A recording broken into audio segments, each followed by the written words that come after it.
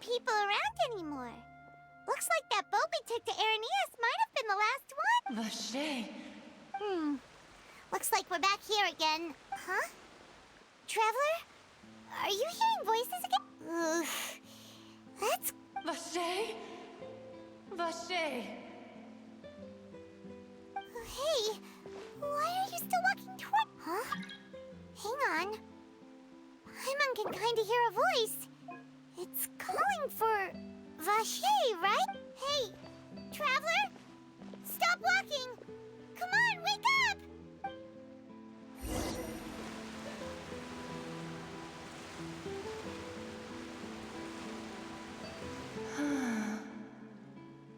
Vache, are you... my dear Vache? No, wait. You seem to be someone else. Do you know Vache? Wait. My memories feel like they have been washed away like a flood. So many fragments dissolved amidst the tide, never to be recovered. How much have I lost? How many things that I once held dear while on land? Yes, that is what I was once. But now, I am but the consciousness of one who is lost, therefore. I do not know how I came to be like this either. I only vaguely remember being covered in light blue water, and then all grew dim. I also remember going to many places. I loved adventure, loved exploring places of peril. No matter where I went, Vache would go with me. I knew how dearly he loved me, and I also loved him equally as much. But now, we can no longer go back. The pain of such parting. I never knew how heavy it could be. No, our reunion no longer has any meaning. There is no way for us to create any new memories. The thought of me gives him no succor. So let it lie forgotten beneath the waters. If you meet Vache, tell him not to look for me. Tell him to move on. That is the only thing I still remember. Perhaps that is so. As I was submerged in the waters, losing consciousness, I saw Vache above the surface. His eyes were filled with such sorrow, such longing. If only I could have comforted him, told him that I did not suffer. Indeed, I had felt a great... Is that what you call it? Dissolving. If anything, I can... It was a state of neither fear nor frenzy, with only an endless peace, like the water's still surface. I could also liken it to being a thirsty person who drinks water for the first time, and only then sees how they have lived for so long in a world of endless want and anxiety. I think I hear your companion. It's time for you to go, I think. Farewell, then.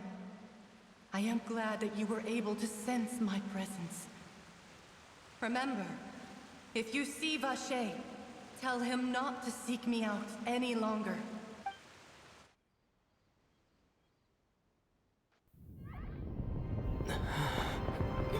Wake up! Come on, hurry! Navi is outnumbered!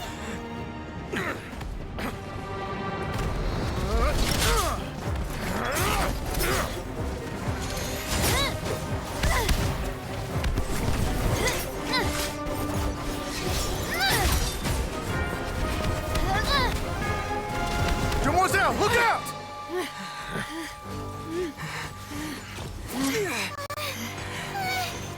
Dear God, it's a whole army of Gardamex.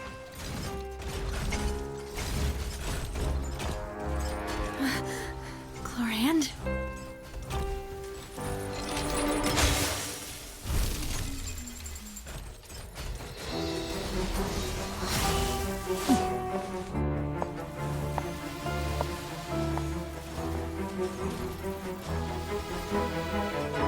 Quick, now's our chance!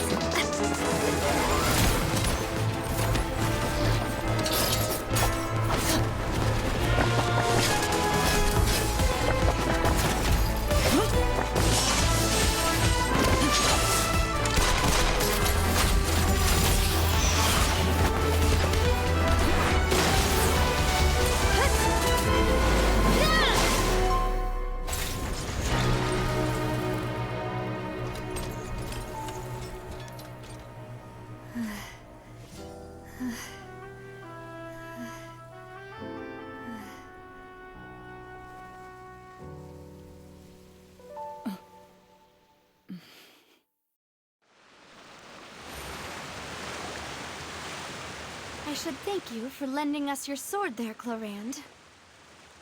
But before I do so, could you explain how you managed to show up here? I followed you. It seemed to me that danger has followed you more closely as of late. I believe that following someone without their knowledge is actually called stalking, is it not? Mr. Callus's last wish was for me to ensure your safety, and I will not betray his trust. He would do the same, were he alive today. Do not speak of my father!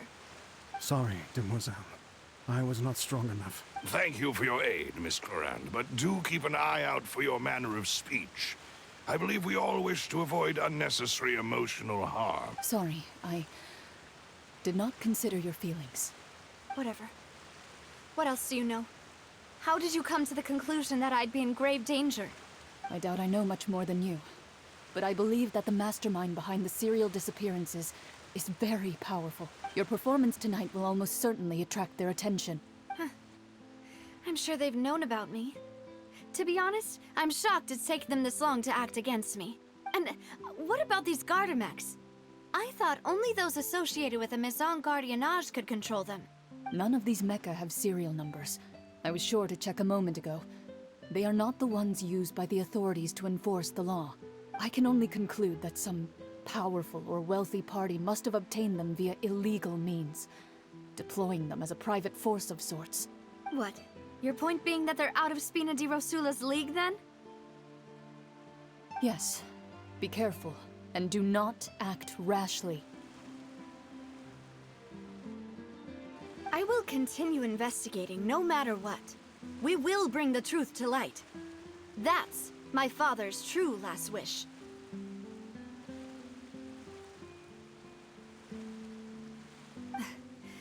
Regardless, thank you for your help today, Clorand. But if you get any ideas, tell me first. I don't much appreciate being followed. I do not think that they'll strike again anytime soon. So I shall stop following you. Good day, all.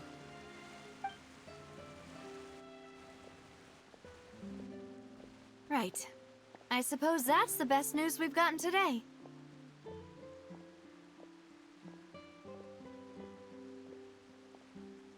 Demoiselle, I believe that Miss Clorand was being sincere with you. If we tried, we could attempt to thaw relations a little. I know, she's... Oh,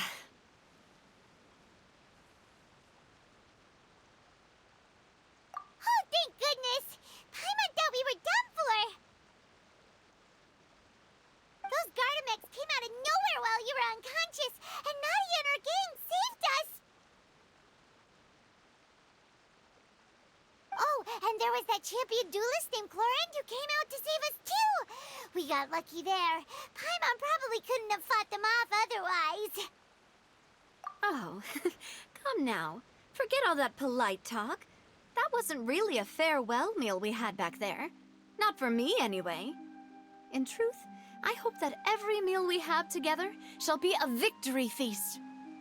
As such, we're still partners. There's no need to thank me. It will take 50 years for me to match Demoiselle's magnanimity. If it were me, I would have joined the Spina di Rosula on account of her goodwill long ago. All right, you two. That's enough. Actually, Navia, how did you know that we were in danger? You sure did show up in the nick of time.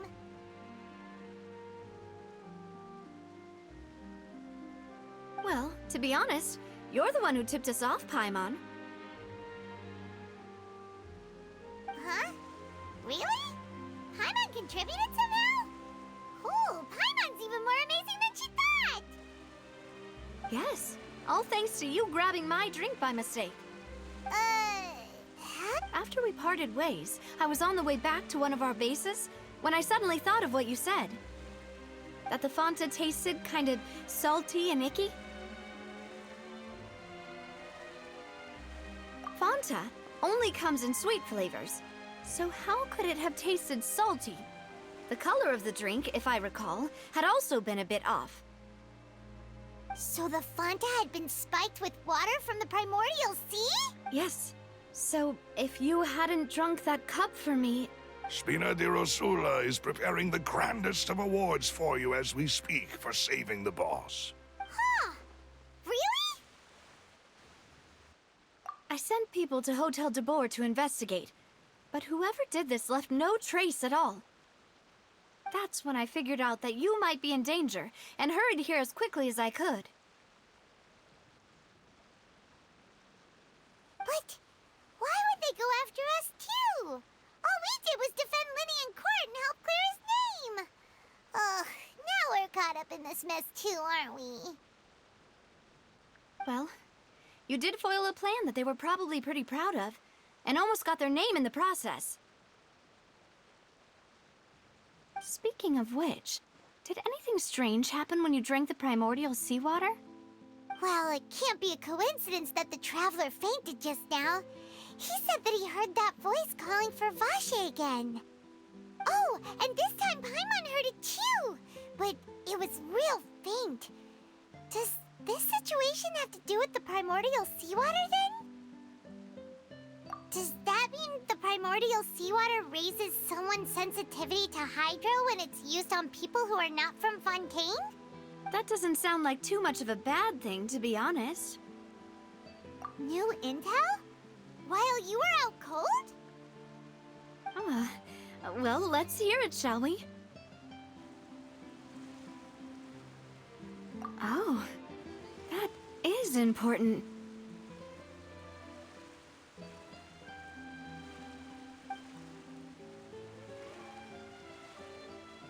Vache. That name doesn't ring a bell. I suppose he hasn't stepped forward as a witness in court lately. Since he saw that young woman dissolve, he was at least at the crime scene. But he never gave testimony or any information regarding people dissolving in the primordial seawater. Could he have been threatened? Yes, thank you. This is very important information indeed. We will continue to investigate. Oh, you mean you'll help us investigate? Well, you did say that our farewell meal didn't really count. That means we're still partners, right? And besides, we're in this now whether we like it or not. You're not gonna let those people who targeted us get off the hook so easily, are you, Traveler? Demoiselle, do try not to look quite so pleased. You are the face of Spina di Rosula, after all. You talk too much. Well, in that case, let's head back to one of our bases, shall we? I'll arrange accommodations for you. We also have some plans to go over, and hopefully we can deepen our bonds as partners.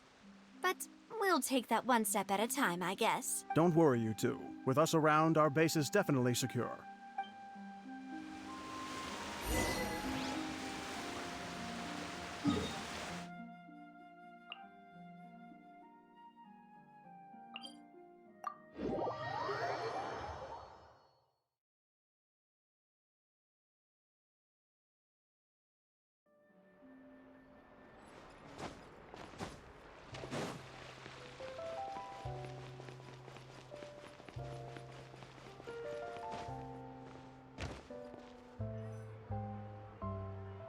It's right up ahead, but let's make sure we weren't followed first. I've been keeping watch, Demoiselle. I haven't spotted anyone suspicious thus far. Very good. But let's... I shall find rooms for our respected guests. Thank you, Malus. Now, let's continue, Traveler.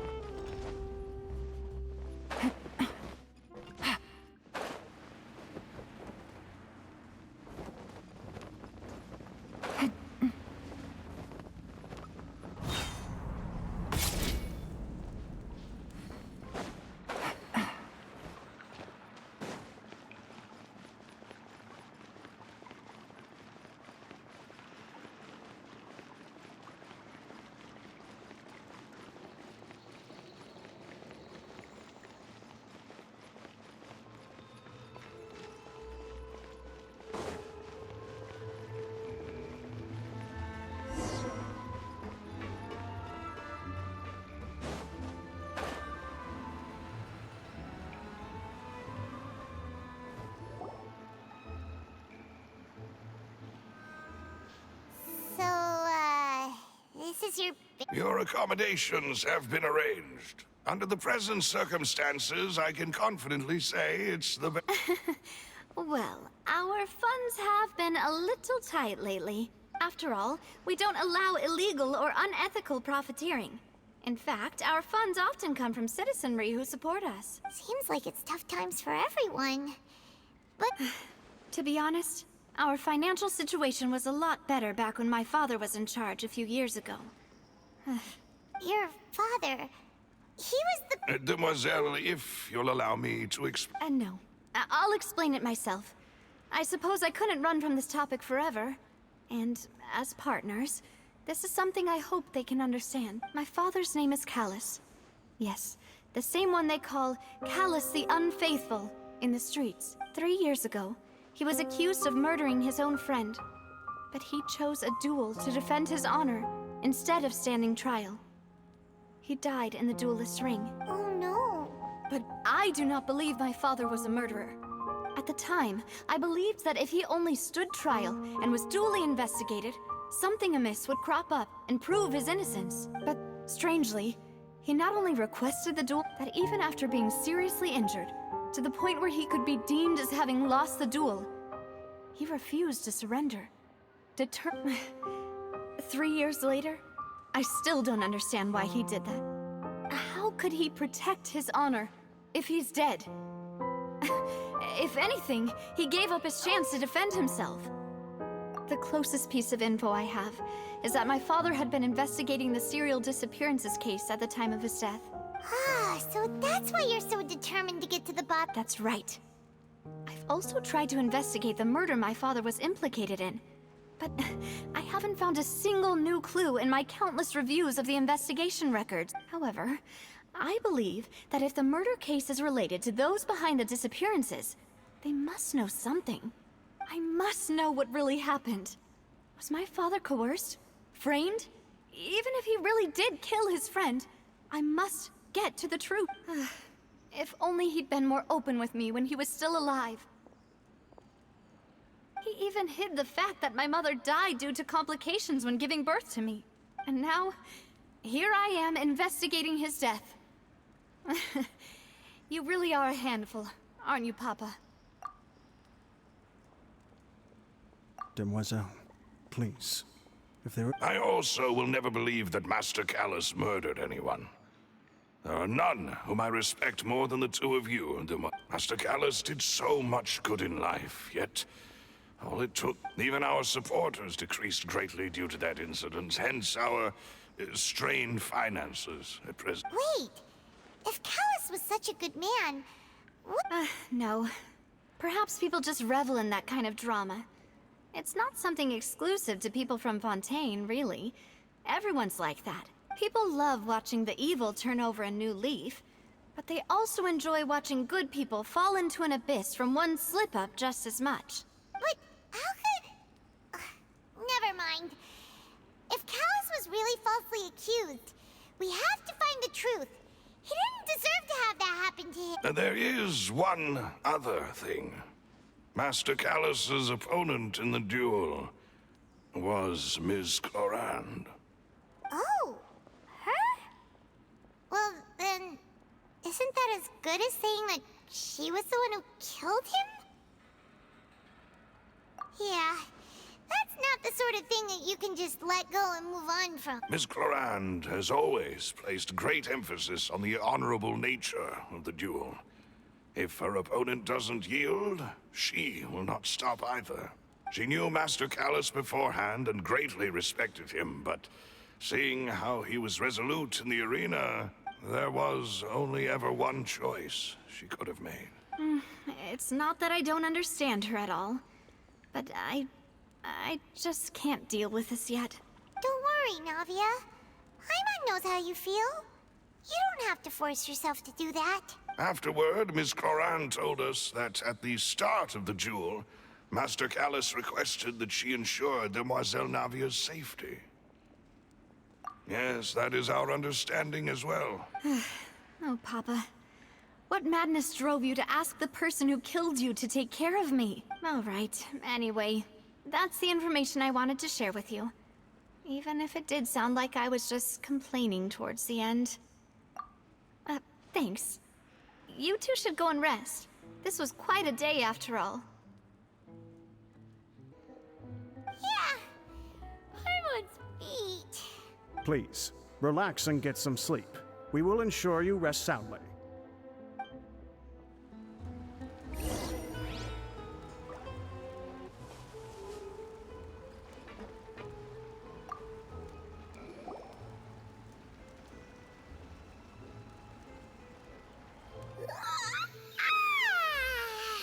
Paimon slept so well.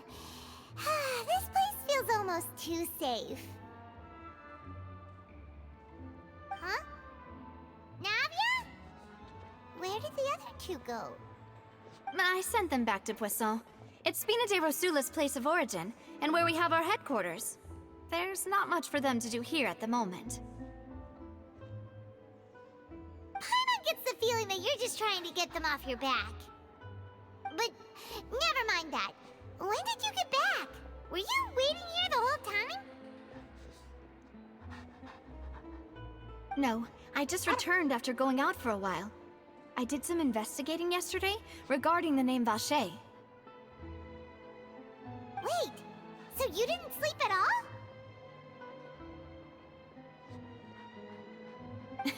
How could I after having such critical new evidence appear? Guess Paimon wasn't speaking for everyone just now, huh? Unfortunately, this name seems to have been wiped from existence. It doesn't seem to have a match anywhere. I suspect that those behind this have already taken steps to hinder an investigation from this angle.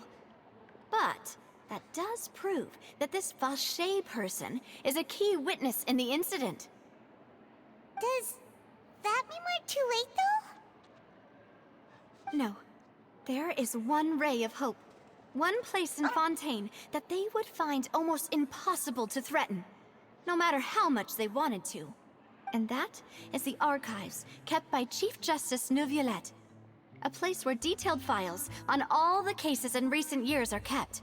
If the Oceanette you met is one of the young women who went missing recently, we should be able to find some related information there.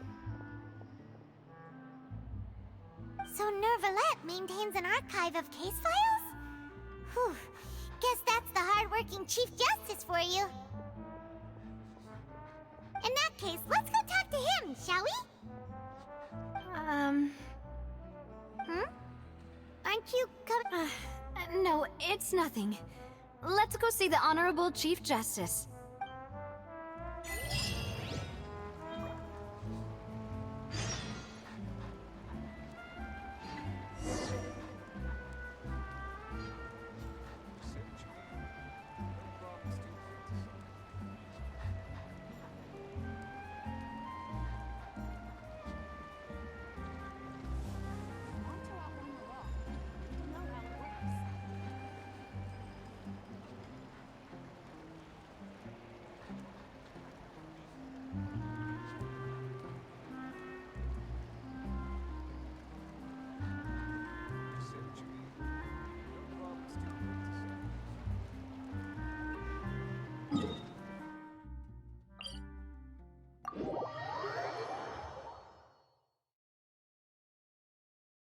The Palais is right up ahead. Come on.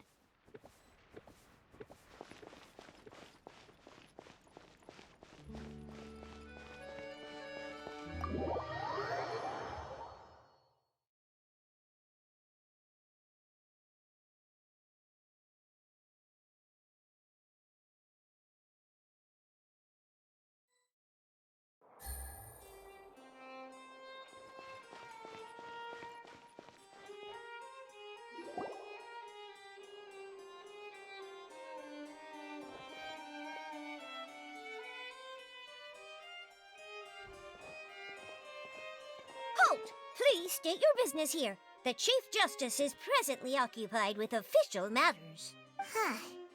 This place does look pretty heavily guarded. Guess that proves that Neuvillette's files are really secure. Hey, don't you recognize us?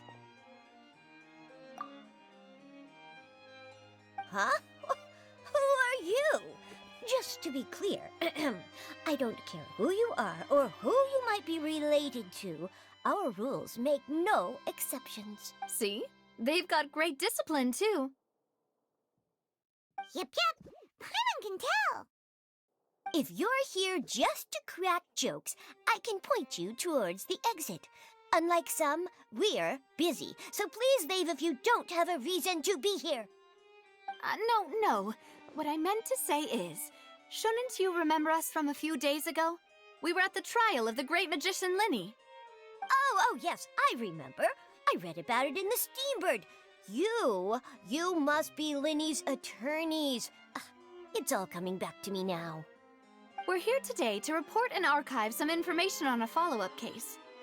Huh, is that even a thing? Of course. Don't worry. We're here on official business.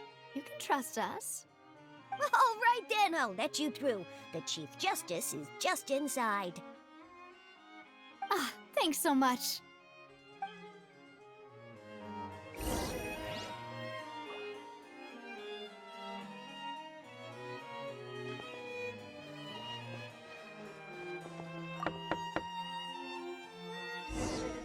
Please come in.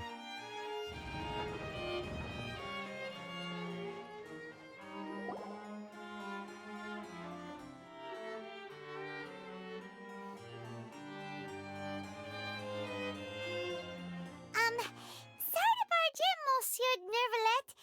We only lied to get in because we didn't know any other way. It's all right. Please let me know how I may be of assistance to you. So you're not mad at us? We're looking for a man called Vacher. He may have been an eyewitness in the serial disappearances case. If we can find him, we may be able to unearth some key information on the case. Ah, I see. In that case, please wait here a moment while I browse through the files.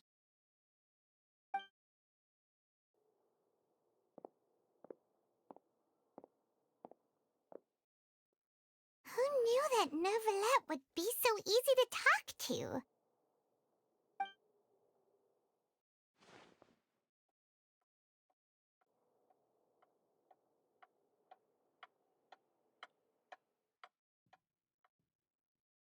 Unfortunately, I'm quite certain that no one by the name of Vacher has been involved in any case, criminal or civil, in the past several years. There are no records of him either in the files or in my memory. Traveler, what if it was really just a dream? Is that so? All right then. Thank you so much, Monsieur Neuvillette. We'll take our leave now. Ahem.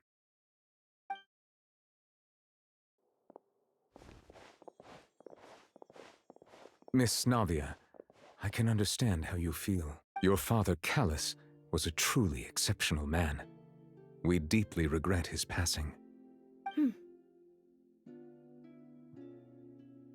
And what are you trying to say, Monsieur Neuvillette?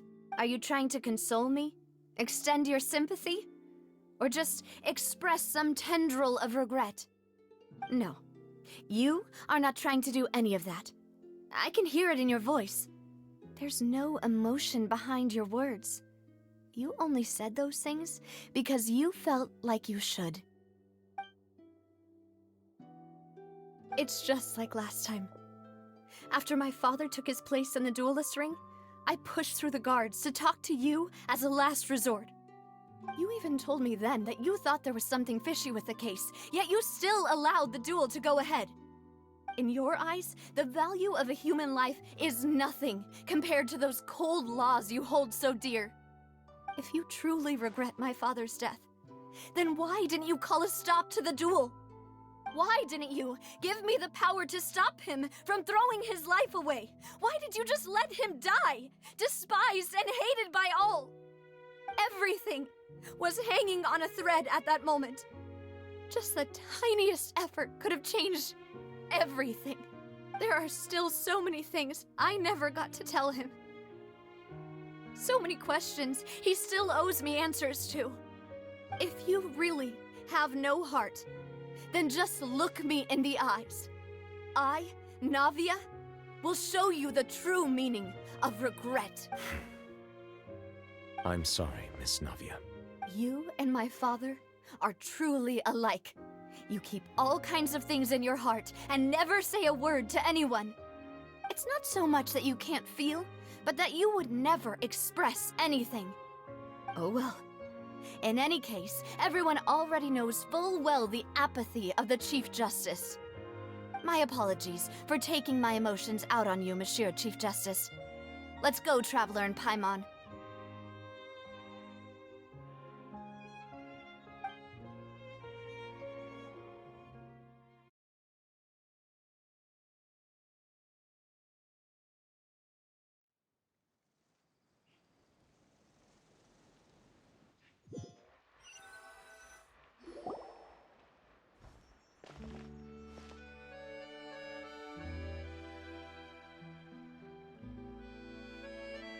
Navia, are you okay?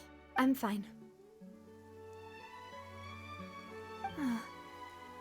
Rain. It's raining. You're right. Wasn't it still sunny when we went into the building?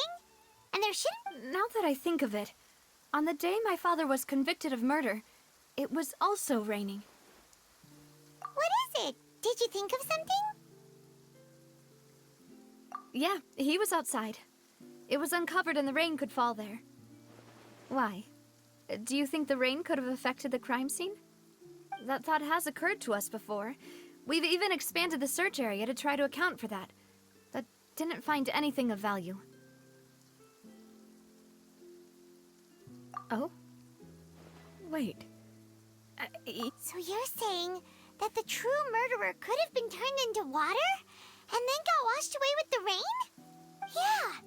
And if that's what had happened, then no one would have believed your dad, even if he explained what he saw to the authorities. I really think I found a true genius for a partner.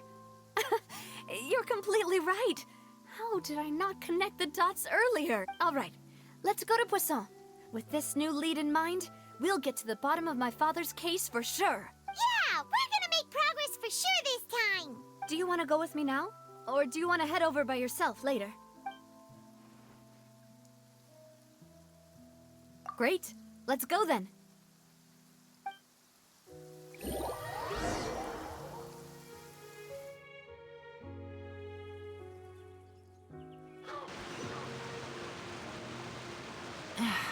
This blinding sunlight is such a pain. No way I can get a nap in this weather.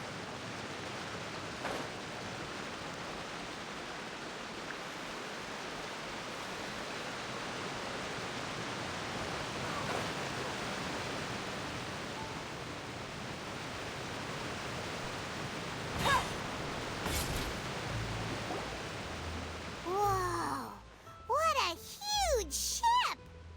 Why would a ship be anchored at a place like this? There's no need to be so surprised. While it may look like a ship, it's actually Spina di Rosula's headquarters. My father was the one who asked for it to be built like this. Perhaps our taste in exterior design is the only thing we occasionally had in common. A gigantic and glamorous ship embodies discovery, opportunity, ambition, and conquest. It symbolizes Spina di Rosula's bright and limitless future. And Paimon thought you were bluffing when you said Spina di Rosula had a glorious past. Paimon was confused why a group with such a history would live in the sewers. But now that Paimon has seen this ship for herself? Well, Poisson is where Spina di Rosula began, after all. It's our main base, our home.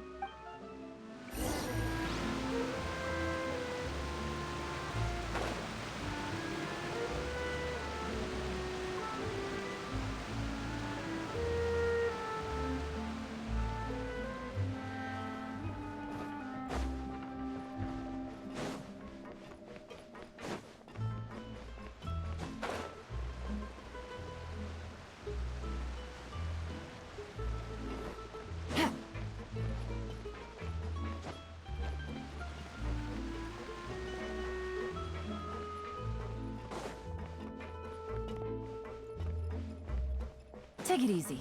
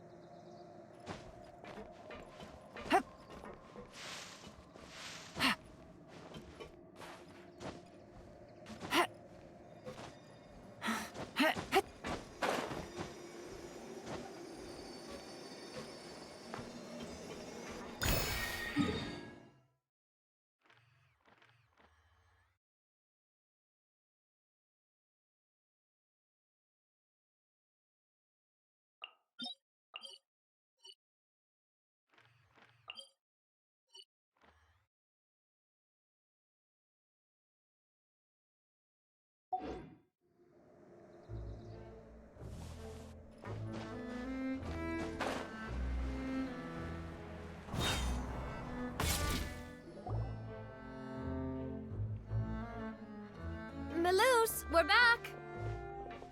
Apologies for the wait, demoiselle, and our most important partner. You said before that you still had some business at the court. What brings you back to Poisson so quickly? About that. It's because my partner here reminded me of something really important. You see, what if my father's case had something to do with water from the primordial sea? You still remember, right, Malouse? On that night, it was raining? Yes, the case was quite similar to that of Mr. Linney's. Both were what you'd call impossible murders. Could you tell us a bit more about what happened before? Yeah, of course. Many years ago, something called synth began to gain popularity in Poisson. At a glance, it was a kind of drink that could excite your mood and produce many pleasant hallucinations. Wait! Didn't that guard guy who turned into water also mention that the primordial water could be used to produce some kind of potion? Yes, he did. Considering what we know now, it's almost certain that synth is created using water from the primordial sea. If you drink synth for an extended amount of time, you'll suffer many side effects, such as losing the ability to focus or control your emotions.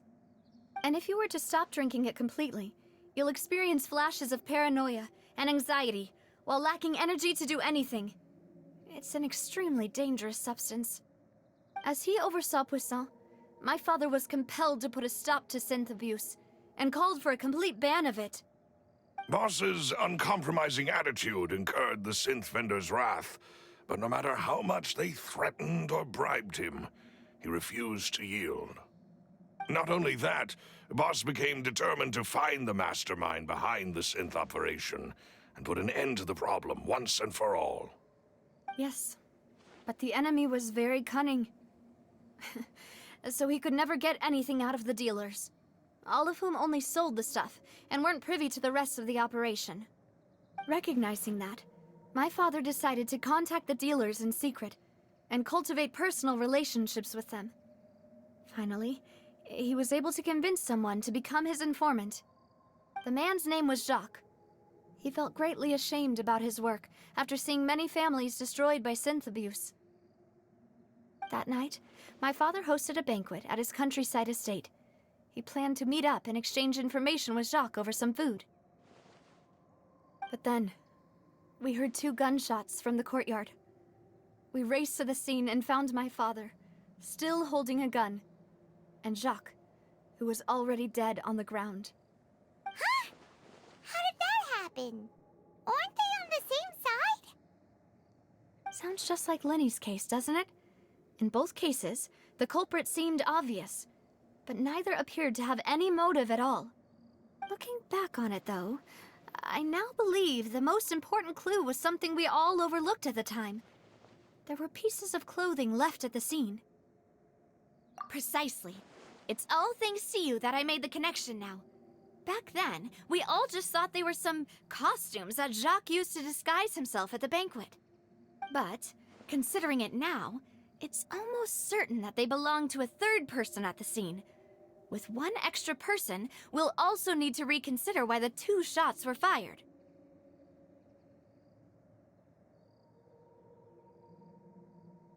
You're right. We still don't know what happened. But my intuition tells me that we're on the right track to figuring it all out. I'm finally headed towards the truth. Jacques was an empathetic man who was infinitely remorseful for his past actions. It's unlikely that he turned on Boss with 0 warning. I think this third person is probably the key to the full truth. On that note, however, even though this will not please you, demoiselle, as your and your father's butler, I must still offer a word of warning. Our opponent is insidious and cruel.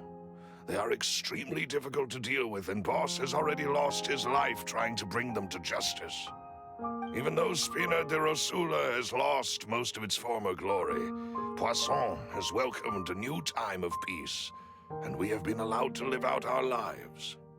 There is no need to follow your father's path.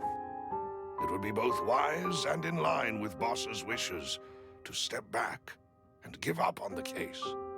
If that's indeed what he wished for, Then he should have told me that himself. Was I not the closest person to him? And yet, I was the one most kept in the dark. What was the point of him dying without sharing any of the secrets he knew? Did he manage to protect anything in the end? Synth is still here. Callus the Unfaithful is still his epithet. And Spina di Rosula is barely getting by. Nothing has changed. Did he think I'd just accept his meaningless death and live out my life just as meaninglessly? I've never accepted that. Ever. Not since that day, and certainly not now. I want to find out the real answer for everyone's sake.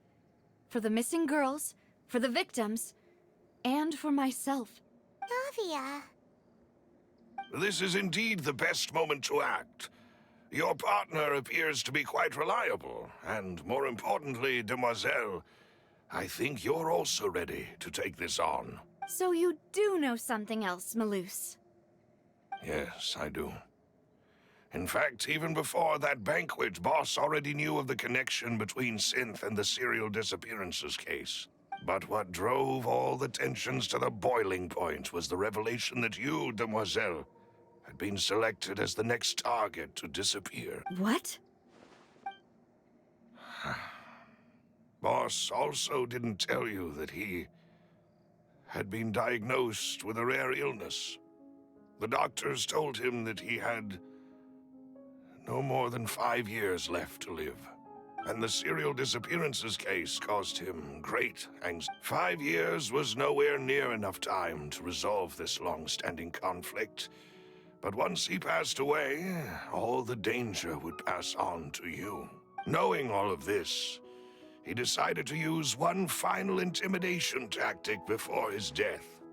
He claimed to have already gotten his hands on some key incriminating evidence for the other side, and even told some members of Spina di Rosula about the details. But as long as you remained safe, he would not share the evidence with the public.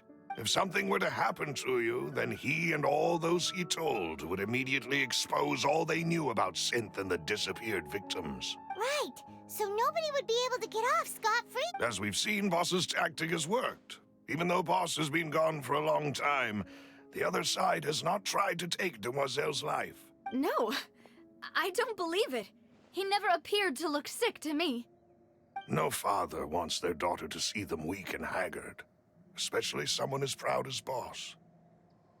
To him, dying in a duel and suffering lasting dishonor as the Unfaithful were still far preferable than losing face in front of his daughter. So he chose to die in silence, so that he could protect me. I'm afraid you're not understanding this correctly, Demoiselle. What Boss wanted to hand to you was not a parasol, but a sword. If Boss's spirit could hear you telling me that you want to find the answer for the sake of everyone involved, I'm sure he'd be extremely proud. That fool. Couldn't he have just given it to me straight? No. He might have set up everything precisely because he never thought I'd be able to understand him.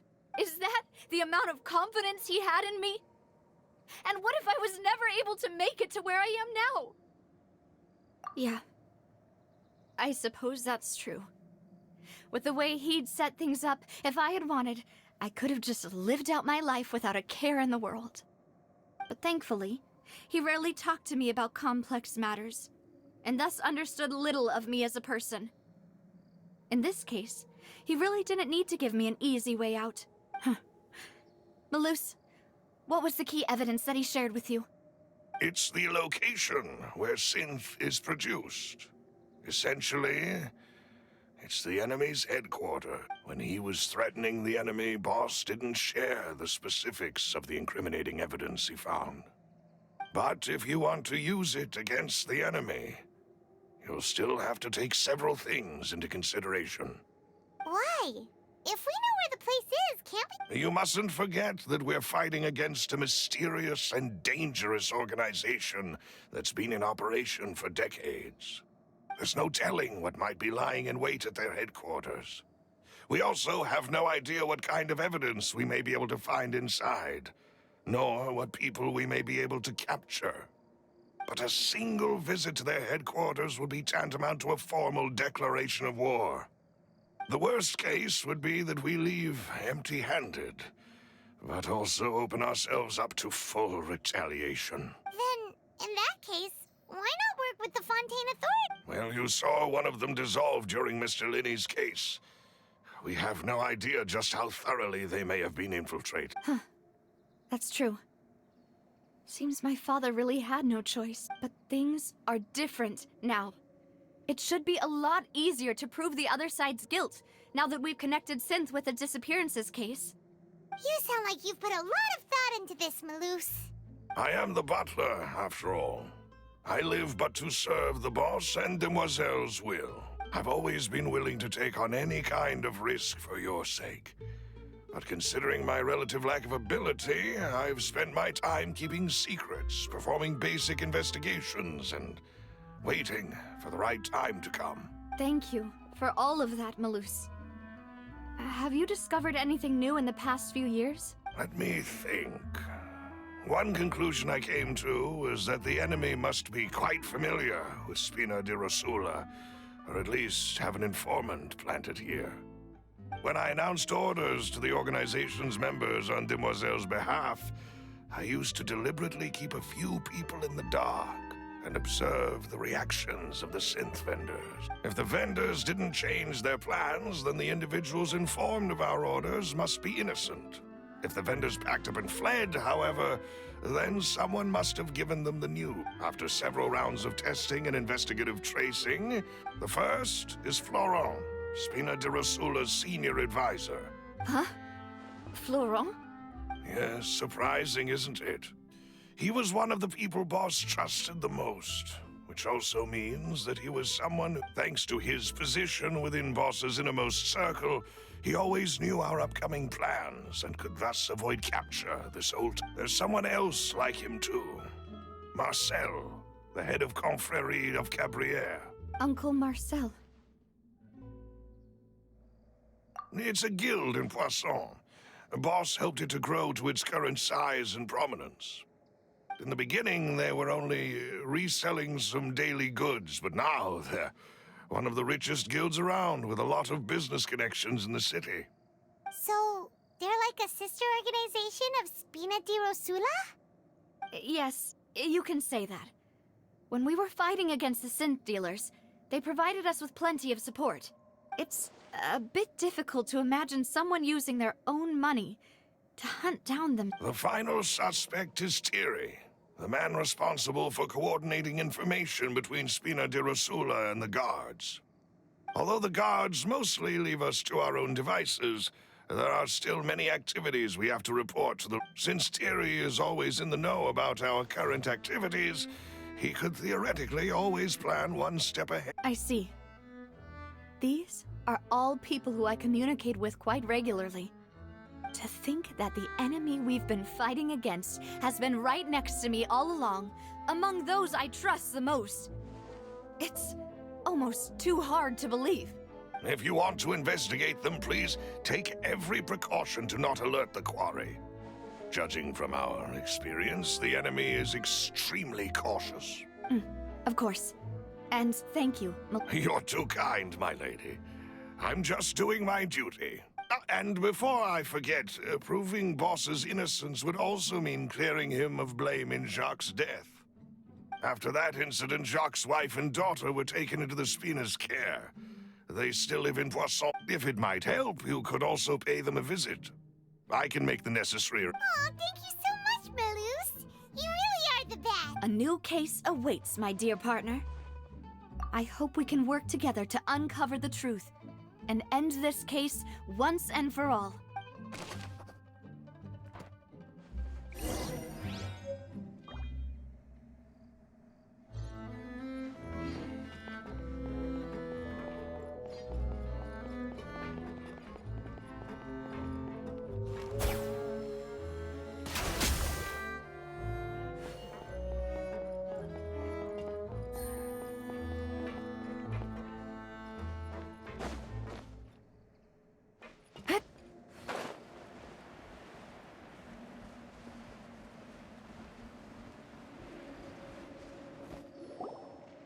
It is settled, then. Please excuse me, and enjoy. Thank you for arranging everything for us, Malus. Excuse me, miss. Do you need anything from us? Hey, Navia's all quiet. This isn't like her at all. I'm sorry that I only came to visit after all this time. After what happened, I didn't know how I was supposed to face the two of you. Ah, if it's about that, there's no need to apologize. After my husband died, Spina di Rosula sent us a lot of mora and support. I understood your guilt and apology to be genuine. But aren't all of those things nothing compared to the loss of Jacques? I can understand the kind of pain that comes with losing a father so needlessly. You don't understand at all. I didn't know how to face you, because I didn't know what I could possibly bring as a consolation gift. I know only the full truth could bring closure to you. And to all of us. I'm sorry.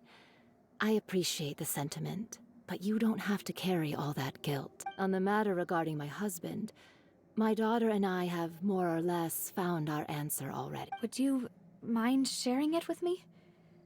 I really can't believe that my father could ever bring himself to shoot Jacques. I always knew that my husband's money was earned through others' suffering. He told me countless times that if he could turn back the clock, he would never go into the synth business again. He had many regrets, and felt that he took the idea of providing for his family too literally.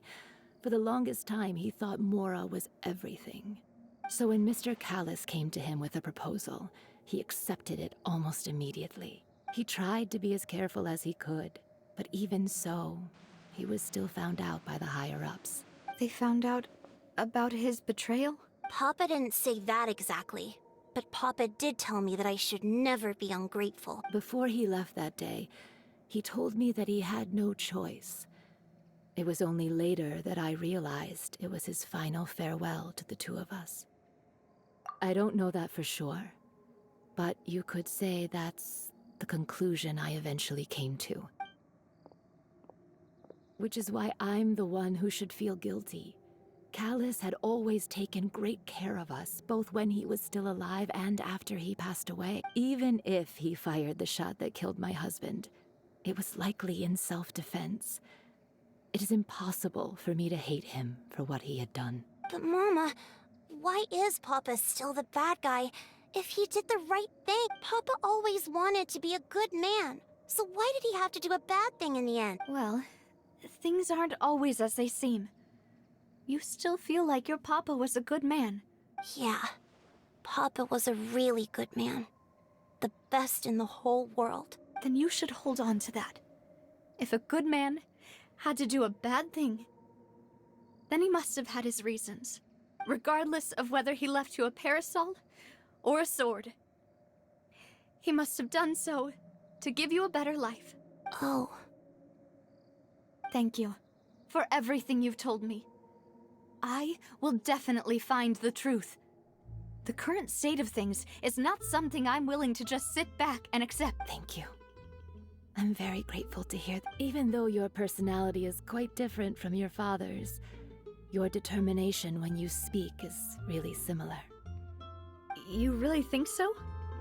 That's the first time anyone said that to me.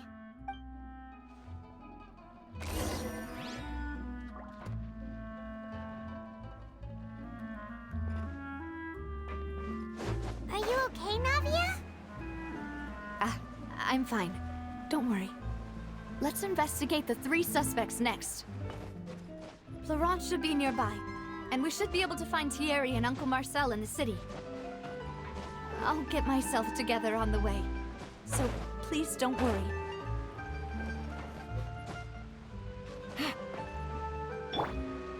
One with nature.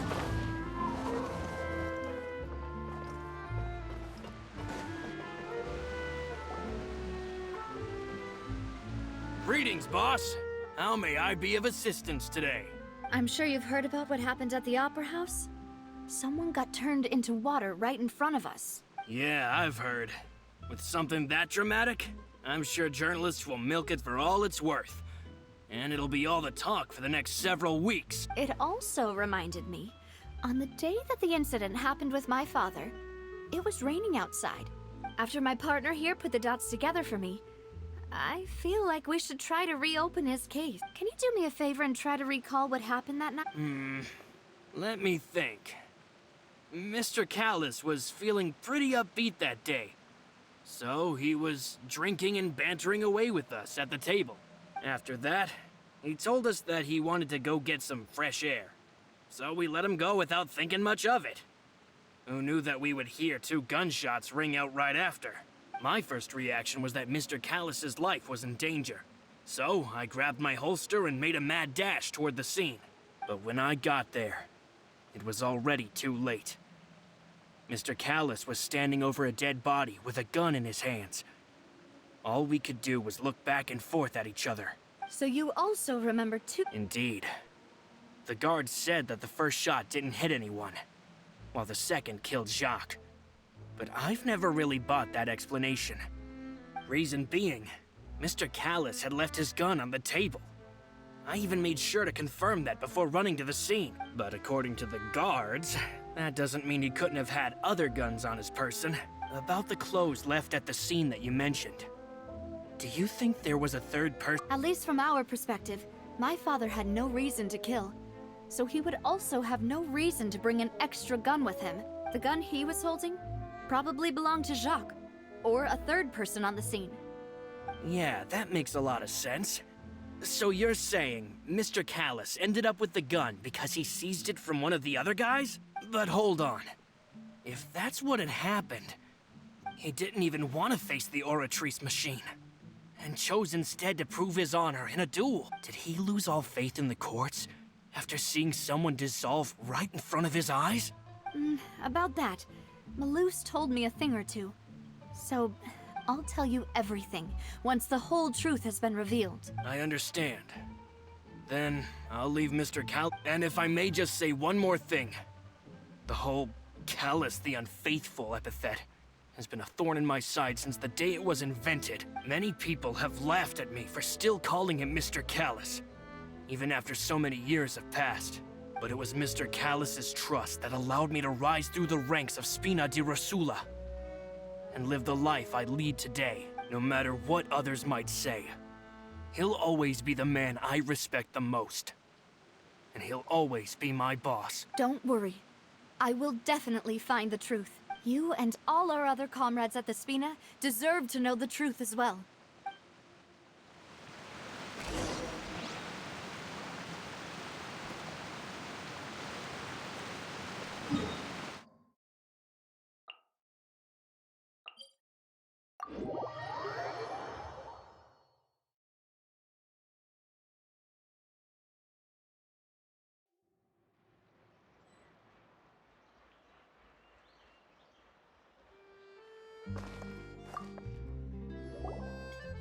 Hey, Thierry, it's me.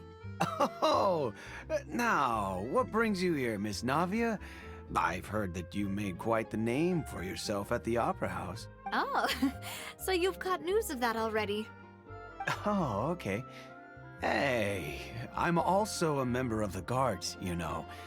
The way you make it sound, people would think I was sent off to Poisson because I had done something wrong. Are you sure there isn't a little bit of truth in that? Under normal circumstances, shouldn't you have been called back to the city already? I mean, where I work is really up to me. Let's just say I enjoy the ambiance of Poisson. Callis did a fantastic job running the town, building Spina di Rosula from the ground up and clearing many obstructions in my way. It would be next to impossible for me to find a similarly easy but high-paying job in the city. Anyway, enough chit-chat. Are these two friends of yours? You, here for some formal business? Yes. These two are my partners. What happened at the Opera House made us realize that Lenny's case and my father's may be related. We're trying to reinvestigate the details of my father's old case. Ah, I get it. You think there might be more to the case now that we know people can be dissolved into water, right? I was also flabbergasted when I first heard of it. If you want to go through the original files from your father's case, I can help you look for them. That'd be much appreciated. Thank you. Actually, I have another question. Do you have the authority to dispatch Gardamex? Of course. Without them, I couldn't possibly handle Poisson on my own. Why do you ask? We definitely can't use them to forcefully get more evidence for your father's case. Well, you see, just recently, we were attacked by a horde of unnumbered Gardamex in the city. So, if you hypothetically wanted to do something against me, all you would need to do is get rid of the mecha serial numbers and send them after me. Then you think too highly of my abilities. Dispatching mecha is very different from controlling them. If I had to make an analogy, when you order a dish, the chef will make it for you. You can ask the chef to cook, but not to massage your shoulders or carry your baggage. If you try to make unreasonable demands, the chef would just think you're out of your mind and ignore you completely. The same goes for me and my Gardamex. Removing a serial number is also not as easy as you might think. There are a lot of complex steps to it, and it's almost impossible to keep it a secret. So I can promise you, those mecha were definitely private units. They're certainly not cheap. So, whoever their owner is must be super rich, powerful, or both. Now that you mention it, though, being in the synth business would definitely be profitable enough to afford this. Oh, then you're officially in the clear, Thierry. Oh, well, thank you for the vote of confidence, Navia. Jokes aside, I'd like to wish you all the best with your investigation. I'll be staying in the city for a little while, so just come find me if you need any support from the guards.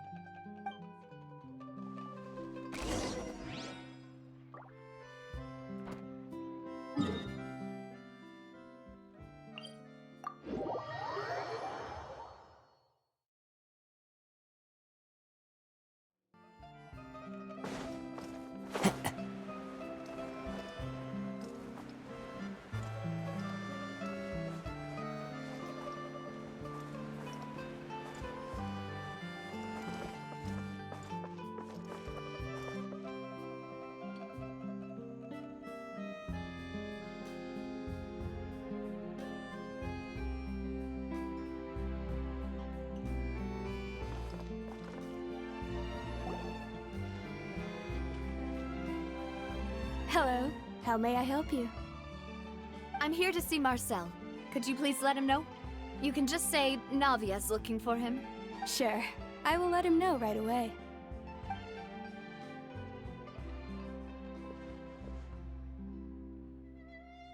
Navia, hello. Sorry to keep you waiting. I'm not as young as I used to be, so my legs are giving out a bit. Oh, it's all right, Uncle Marcel.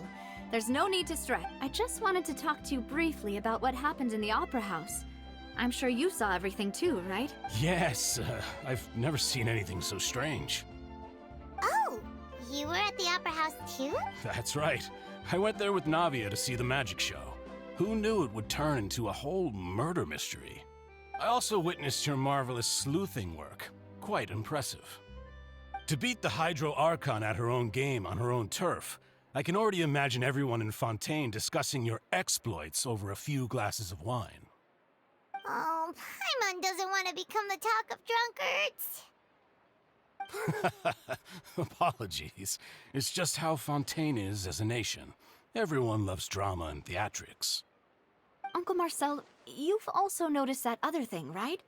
The fact that humans can dissolve in water? Yes, I was reminded of your father's case right away. Is that... Exactly. I still don't have much solid proof, but I can sense that the other side has already begun to act. Oh, and what makes you say that?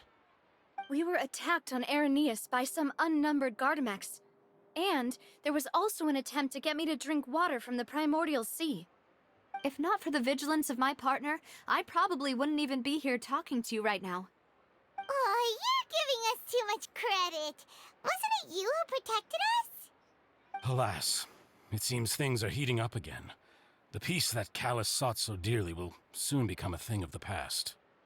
But rest assured, Navia, Poisson will always remain a safe haven for you. If you're scared, you can always return there.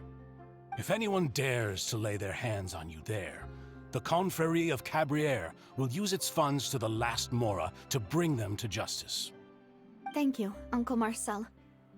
But I don't intend to go into hiding. I'm going to strike while the iron's hot.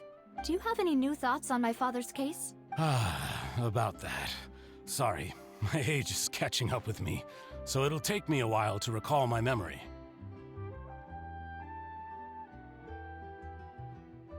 The Confrérie was responsible for that banquet, so I was out and about the whole time making sure things were running smoothly.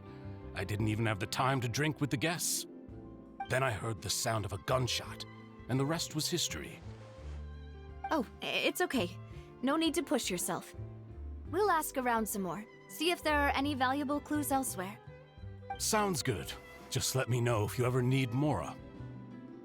All my wealth comes from Callus's patronage and support. I'll spend however much it takes to clear his name. This can work. I'll just treat them as new samples.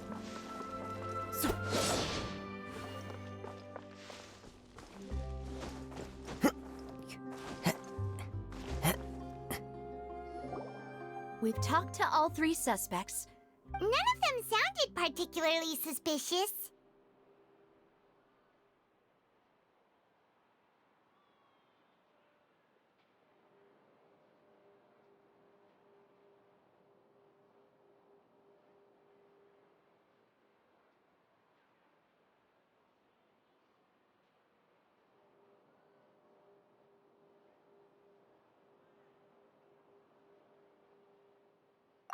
I suppose that's to be expected, though. If a single conversation's all that's needed to find them out, then my father wouldn't have needed to investigate the case for so many years. Anyway, even though we didn't make a breakthrough, let's still But where should we start? Ah, you're right! Flora mentioned that Callus probably only ended up with the gun because of circumstance. That makes sense. According to Jacques' family members, he already told them that he had been discovered, and that he had no choice before he left home that day. If I had to guess, he probably received an order from the synth boss to kill my father. Had he refused, he and his family's lives would have been forfeit. So, Jacques fired the first shot? Oh? And why is that?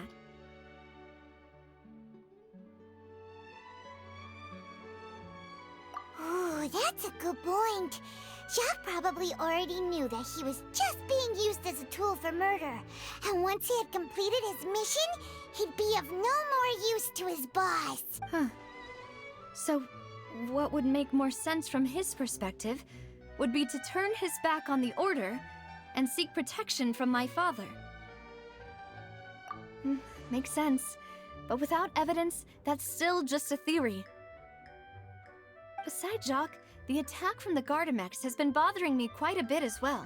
It's obvious that our enemy has become more antsy after the secret of the primordial seawater was revealed.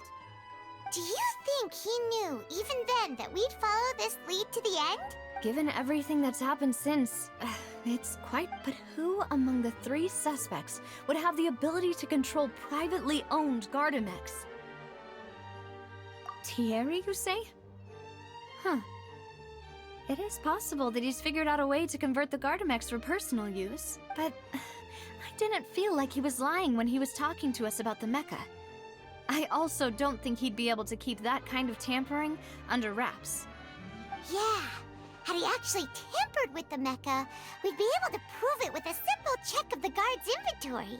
If the mecha were taken from the guards, it should be pretty easy to find out when and... Uncle Marcel? My father did really trust him, and with funds from the Confrérie, he could also afford a large number of Gardamex. Still really hard for me to imagine, though. After all, Uncle Marcel has been around since I was just a child. Also, wouldn't this mean he has been spending a whole lot of mora and energy to fight his own synth business?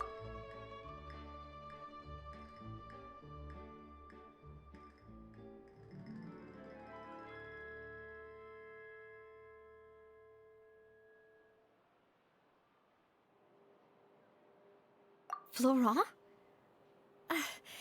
It is true that he was closest to my father, and thus had the best chance of learning about his dealings with but as Spina di Rosula's advisor, his work mostly deals with personnel and security, so he shouldn't have much means when it comes to finances. So you're saying he's too broke to... Exactly. He can't.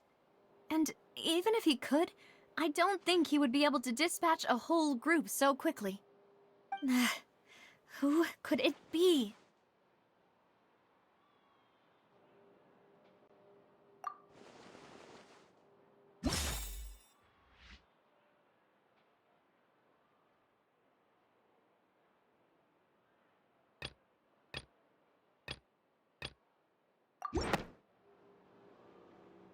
You know, if you think everything through, Uncle Marcel is indeed the most suspicious of them all. Could we be missing other suspects? Malus didn't know about the people turning into water thing when he narrowed it down to these three, did he? Malus has always been very reliable, and his judgment of others' trustworthiness has been fair and well considered. When he laid out his case for the three, the rationale he gave me made a lot of sense as well. The suspect is knowledgeable about the Spina's internal affairs, has the means to dispatch Mecha to assassinate us, and possesses significant intellect and foresight. Even if I don't want to believe it, I'm starting to see how things could all tie back to Uncle Marcel.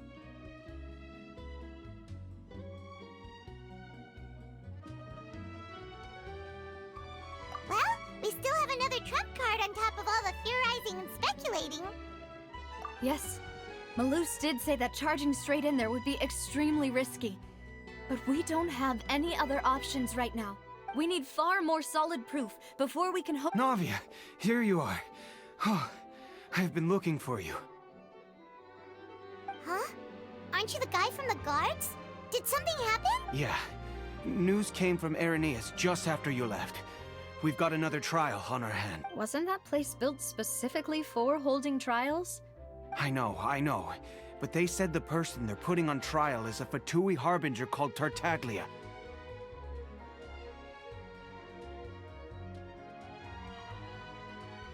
What? Is that someone you know? Yeah, we know him. Maybe even a little too well. Well, he's been accused of being the true culprit behind the serial disappearances case. It's absurd, don't you think? Wait, how? None of our investigations have had anything to do with him. That's what I thought was strange about it, so I came to tell you the news right away. If the charge against him stands, then it'll be next to impossible to get the guards to support any of our planned investigations. Right, because they'll think they've already found the culprit. Yeah, and it'll be a lot harder then to clear Mr. Callus's name. I understand. Well, partner, what do you think we should do? We still haven't found any conclusive evidence. Huh? Split up? What do you mean? Just as expected. Since this is a trial about the serial disappearances case, the culprit's attention will be focused on Irenaeus, leaving his home base wide open. You're right. This is our best opportunity. All right then, let's do this. I'll stall them at the Opera House and charge Marcel as the true culprit. I won't have any chance of making that charge stick, though, unless we find more evidence. It'll be up to you to make it back in time and hand the decisive evidence to me. We'll help you, just like you helped us in Linny's trial. Demoiselle, please allow us to accompany you. I'm ready. Ah, Malus, Silver. When did you two get here? We heard that you'll be leaving Poisson and figured that you might require our assistance. It's our hope that your confidence will be bolstered with the two of us by your side. Thank you so much. Then, let's make haste for Arrhenius.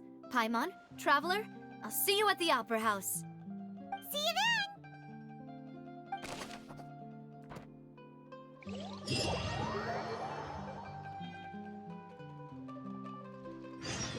Now that Navia has set out for Arrhenius, we should also get going.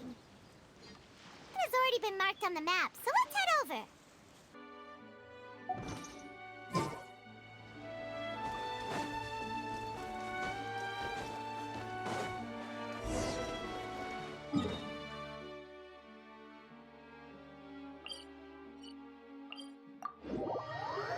Huh.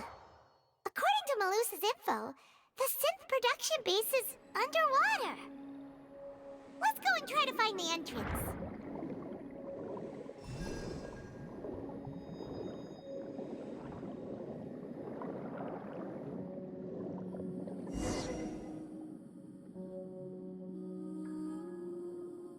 Finally found it! Huh. So this is the entrance that leads to the synth production base. It sure doesn't seem out of the ordinary at all. Ah, you're right. An important place like this is bound to have a ton of protective measures and mechanisms. Navia's probably arguing up a storm right now to stall for us.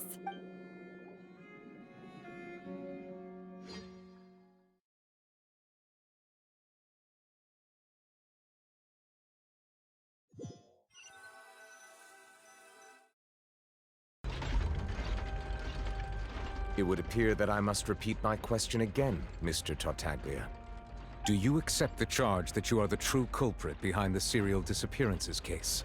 To be perfectly honest, I don't understand your country's complicated court system, or the reason why I'm being charged with something I've never even heard of.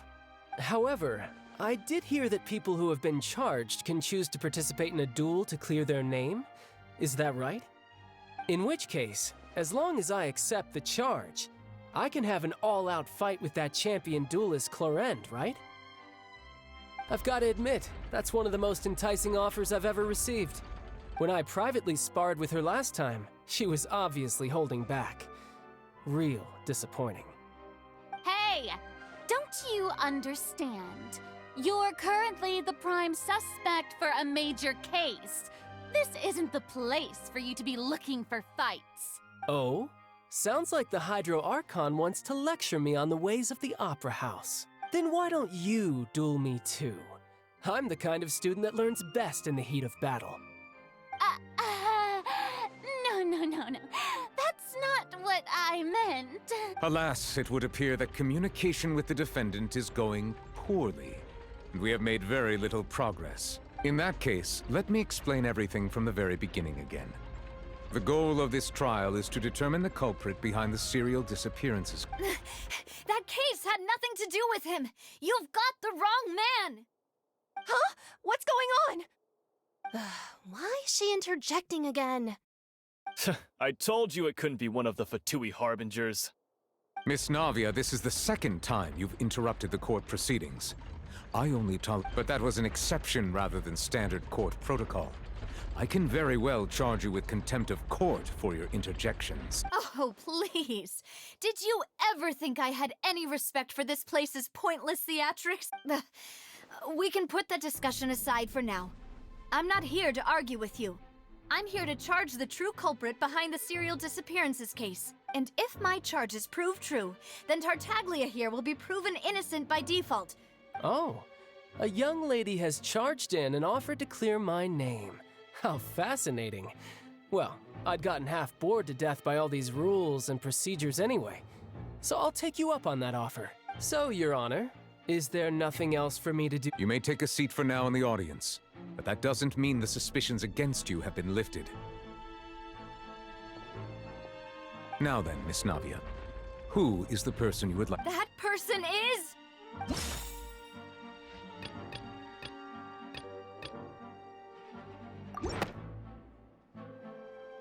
Marcel, the head of Confrérie of Cabrières. Huh? What confrery? Never heard of them in my life. I've heard of them, but weren't they Spina di Rosula's sister organization? Oh, is this going to be a friends to enemies type situation? Please let me remind you, Miss Navia, that charging someone is an incredibly serious matter.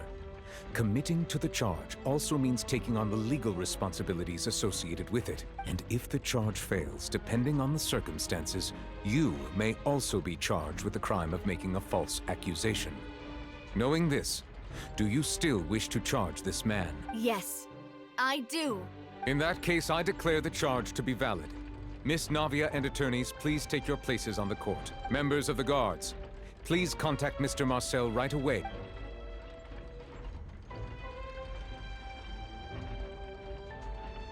Mr. Marcel, you will not require an attorney. Is that correct? Apologies.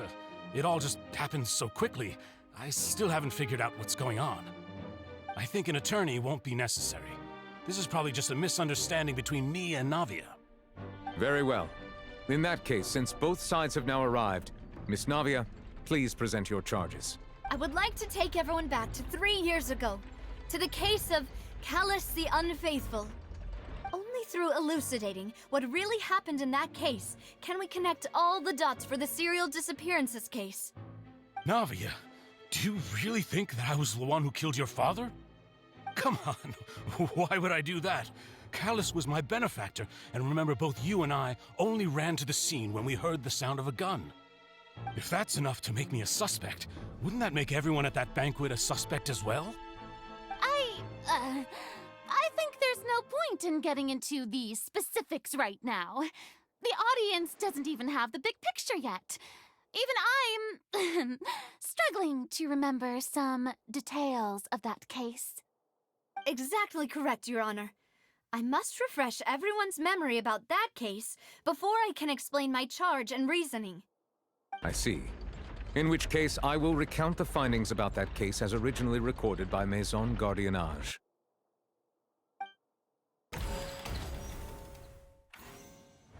On the day of the murder, Spina di Rosula hosted a large banquet in a countryside estate owned by the Confrérie of Cabrières.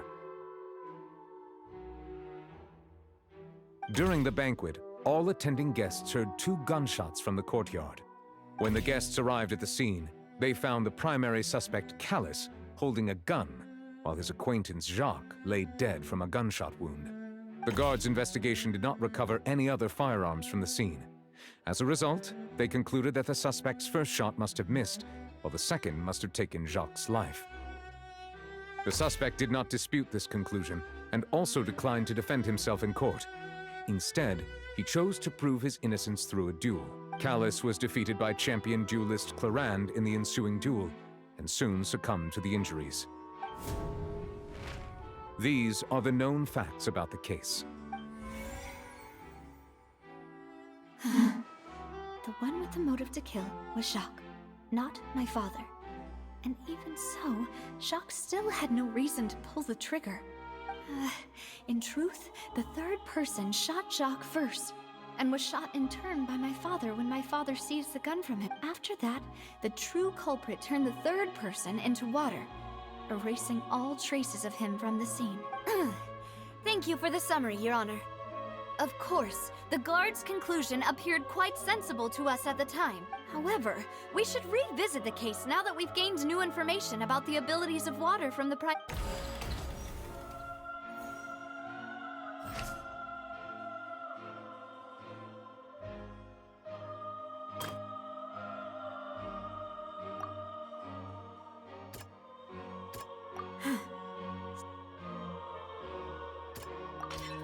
testimony of the victim. However, unfortunately for Jacques, the true culprit had already considered this possibility and had sent out another assassin.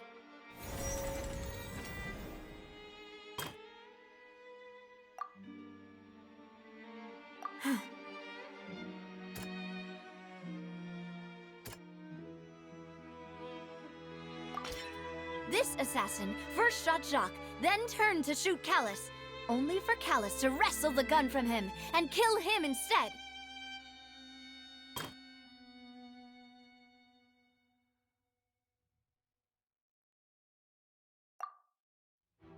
A pile of clothes. But now, it is clear that the clothes were proof that there was a third person at the scene, and that they were turned into water after committing the murder. Since realizing this, the true culprit caused the hired assassin to dissolve into water, leading everyone to believe Callus was responsible for Jacques' murder. This is the true version of events.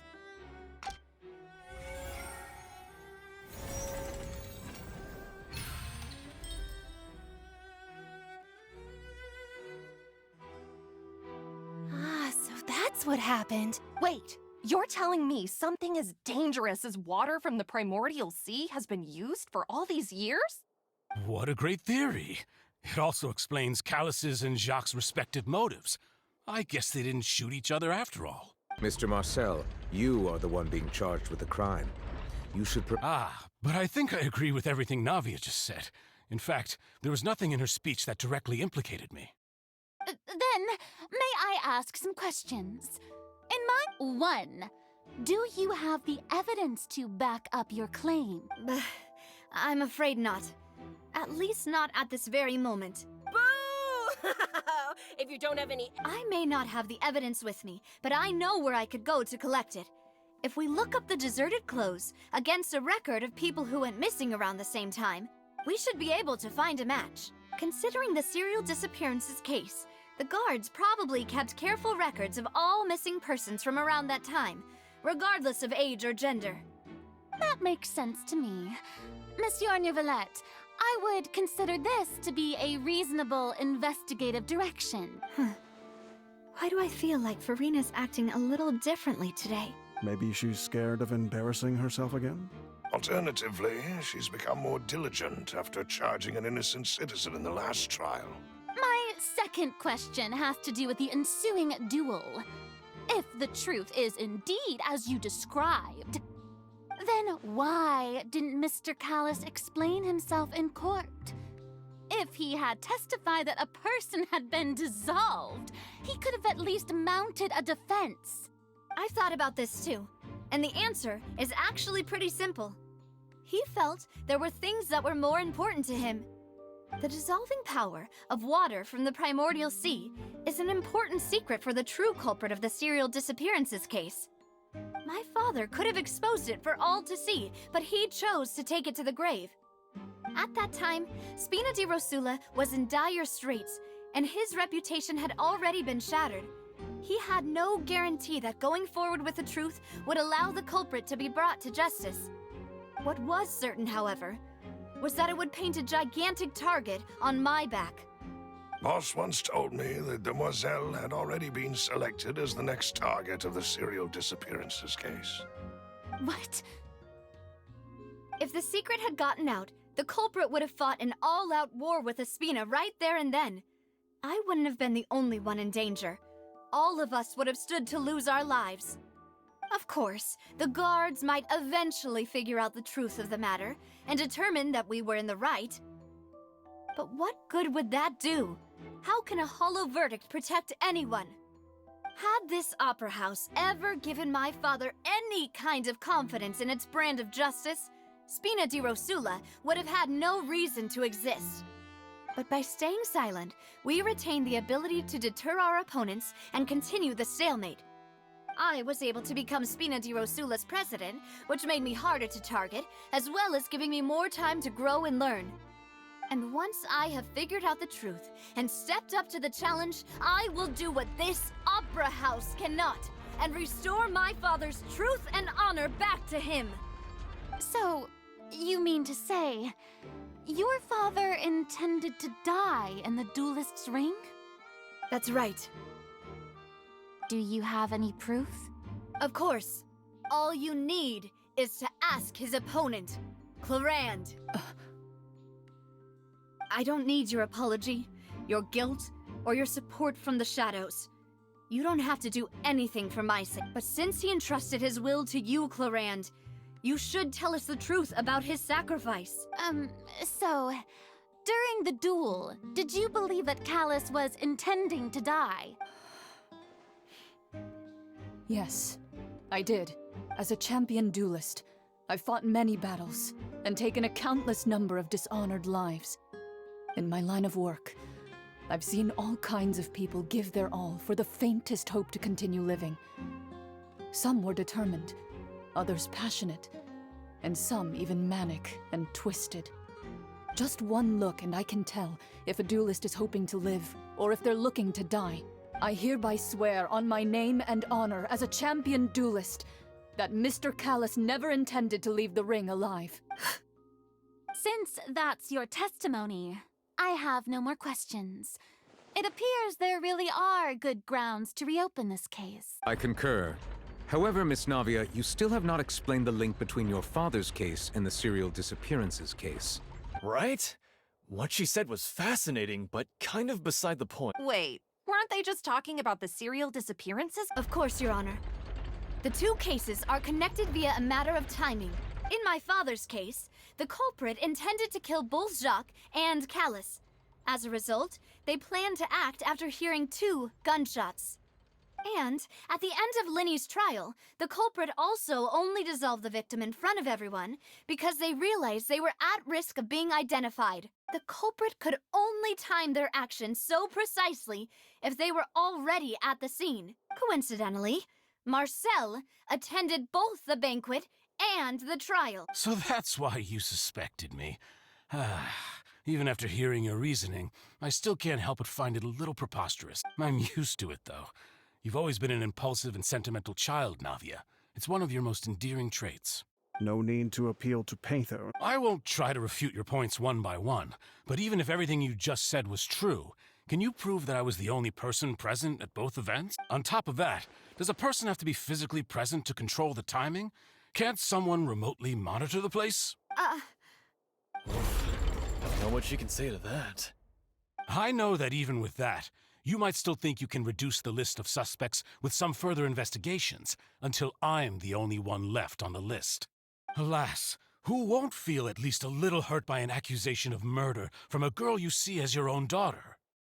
But if I were to dismiss this completely, you'd also think I'm not being considerate of your feelings. Ah well, let Uncle Marcel teach you another lesson. Do you know what the biggest flaw in your reasoning is? I suppose you're gonna tell me anyways. It's timing again. I'm a businessman by trade. From that standpoint, there's no reason for me to kidnap young women. It's a high-risk action with nothing to gain. In addition, I left my home in Snezhnaya when I was young to come to Poisson and work in some trade. My business only thrived when I received Callus's patronage. But the disappearances began before I ever stepped foot in Fontaine.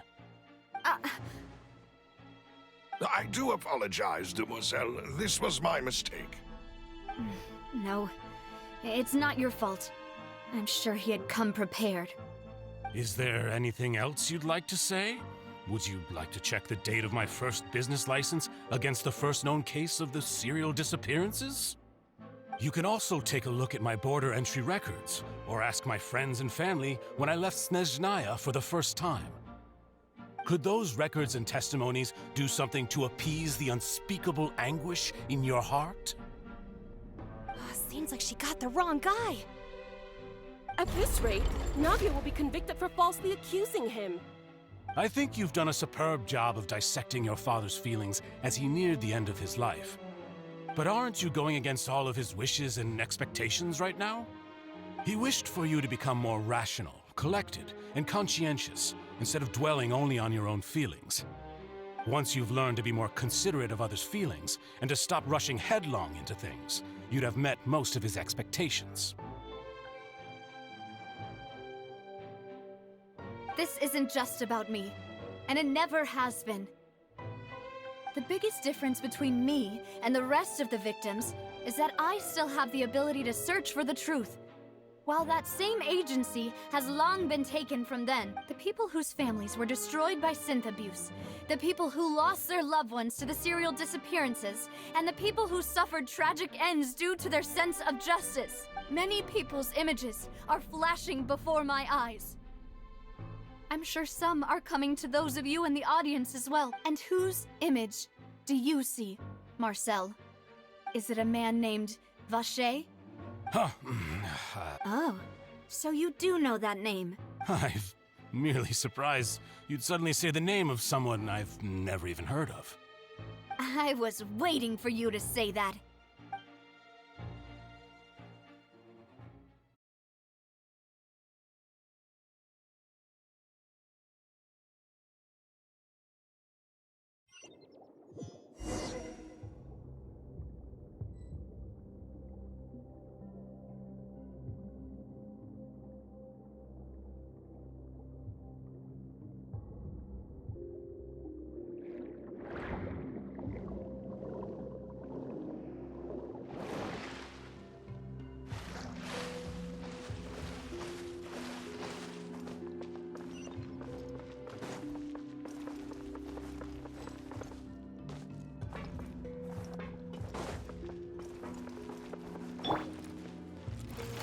Gather!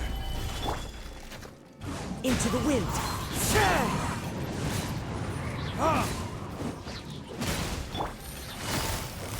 Busted! Whoa! The floor is going up! Is it because of this mechanism in the middle? That guy really prepared a lot of stuff for this place.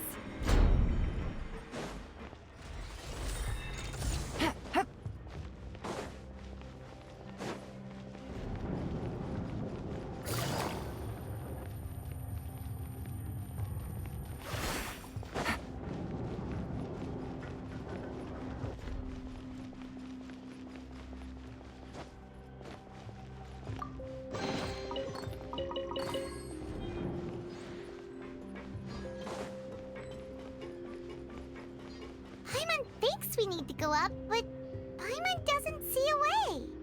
Let's take a look around. Maybe we'll find a hidden mechanism that'll show us the way up.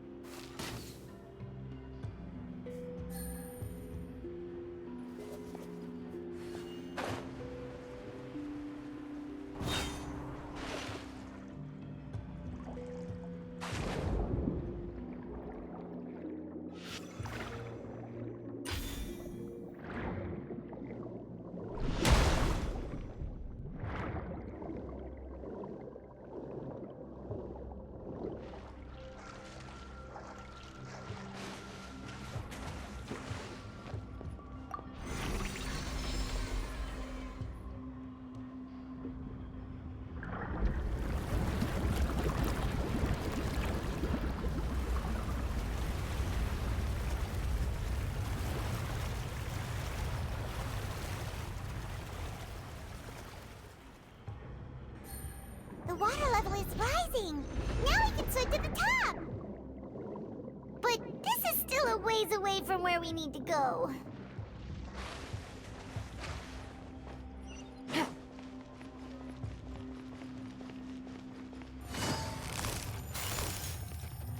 Gotcha! One with nature! Solidify!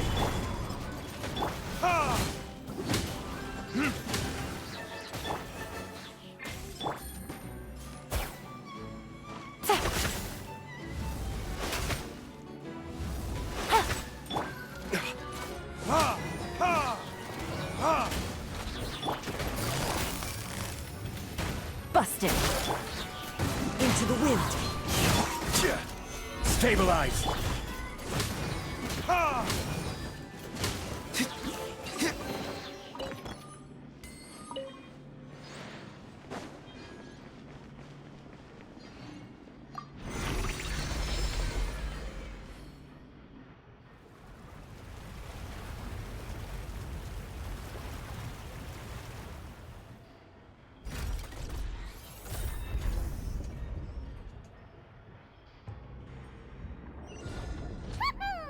Now the path is clear!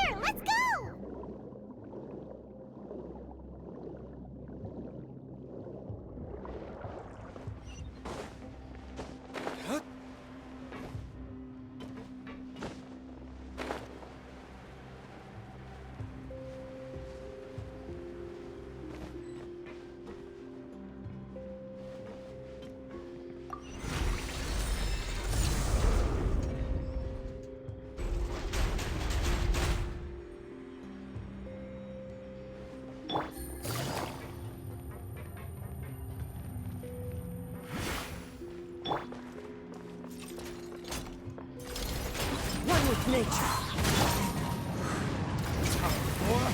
Retribution! Gather! Gotcha.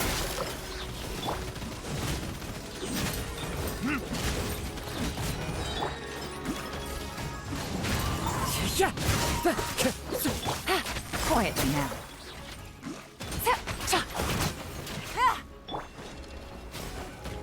Into the wind.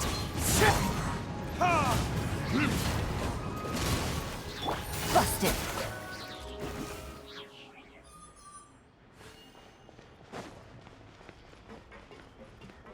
Take it easy.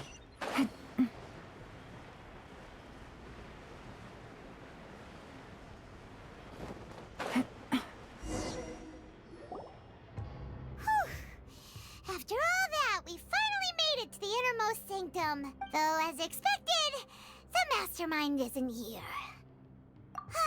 That's right. Then let's hurry up and find some evidence so we can get back.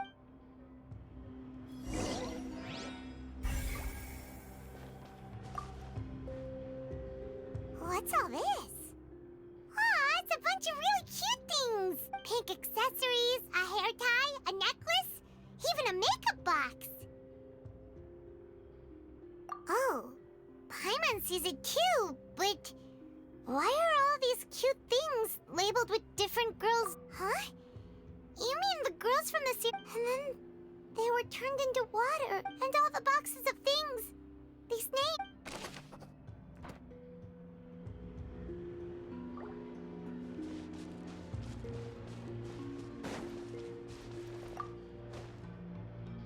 Let's see what's written here. Nothing. Callus. Navia's father. Oh, this seems to be an investigation report on him. Yep, it's about finding someone to assassinate Jacques and Callus because of a lack of confidence that Jacques himself would go through with it. This should prove the existence of the third person, right? We still have not determined the exact content of the key information Callus has passed on to certain members of his organization. The old dog's a real menace to deal with. Even if he abides by the promise he's made to us, he will still have the upper hand. He can act whenever he wants to make our lives miserable. The only option left is to remove him from the picture entirely. I concur. Let's send someone to kill him. He won't declare war as long as we don't touch Navia. Oh, seems like we've got a bunch of correspondence between the higher-ups. They're all just so evil.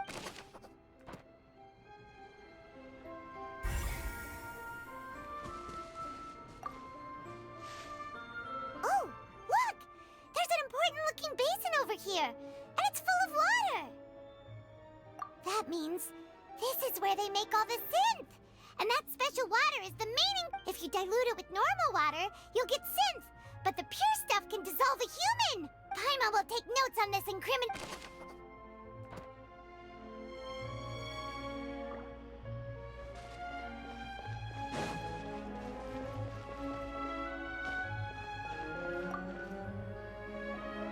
Whoa!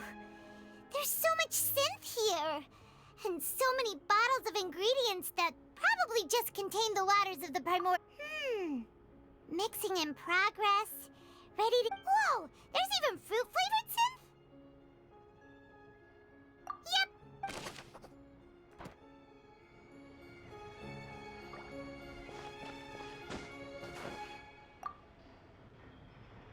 What's this over here? Looks like some kind of place for research. Experiment number 16 aims to verify Jacob Ingold's research conclusions on the primordial sea and use his theory as a foundation to achieve a breakthrough. The experiment was a failure. No individual managed to resurface from the water from the primordial sea. Female specimens 22, 23, and 24 were dissolved. Sorry, Traveler. Paimon will try her best. It's just that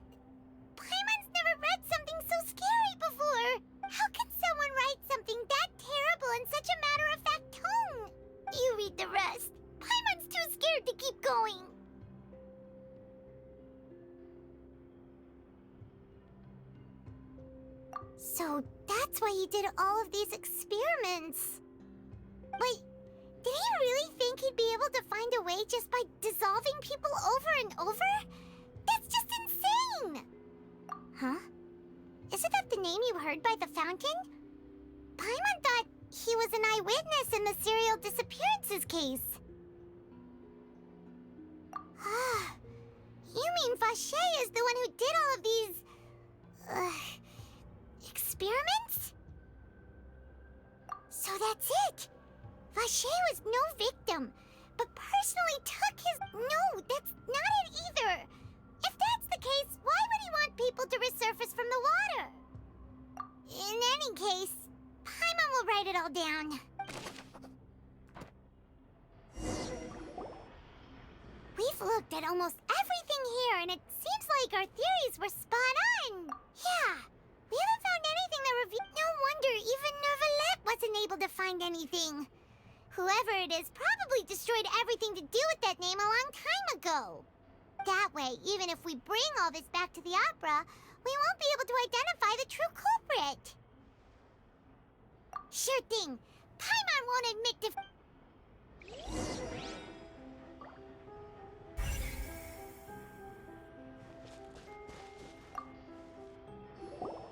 You take that side and Paimon will take this side.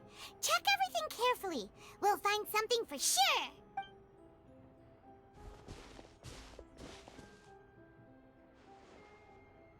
Ugh. Nothing at all. And Paimon can't even find snacks either. Whoa, really? Let Paimon see. Vinier. Isn't that Vacher's lover's name? Then you found her diary. Aw. It's just a normal diary chronicling their love story. So many! A whole page's worth!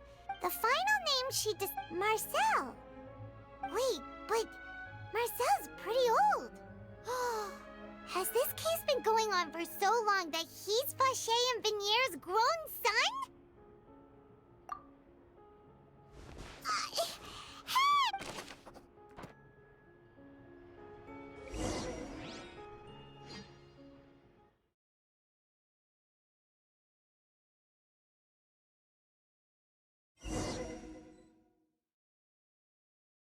And whose image do you see, Marcel?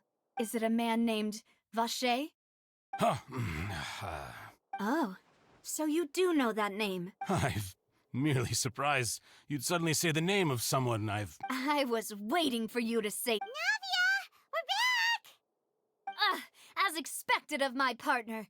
I just knew you'd return in the nick of time. Just how often do you intend to flout the rules of this? It's all right, Monsieur Neuvillette. Given their confidence, I expect they've found the crucial evidence.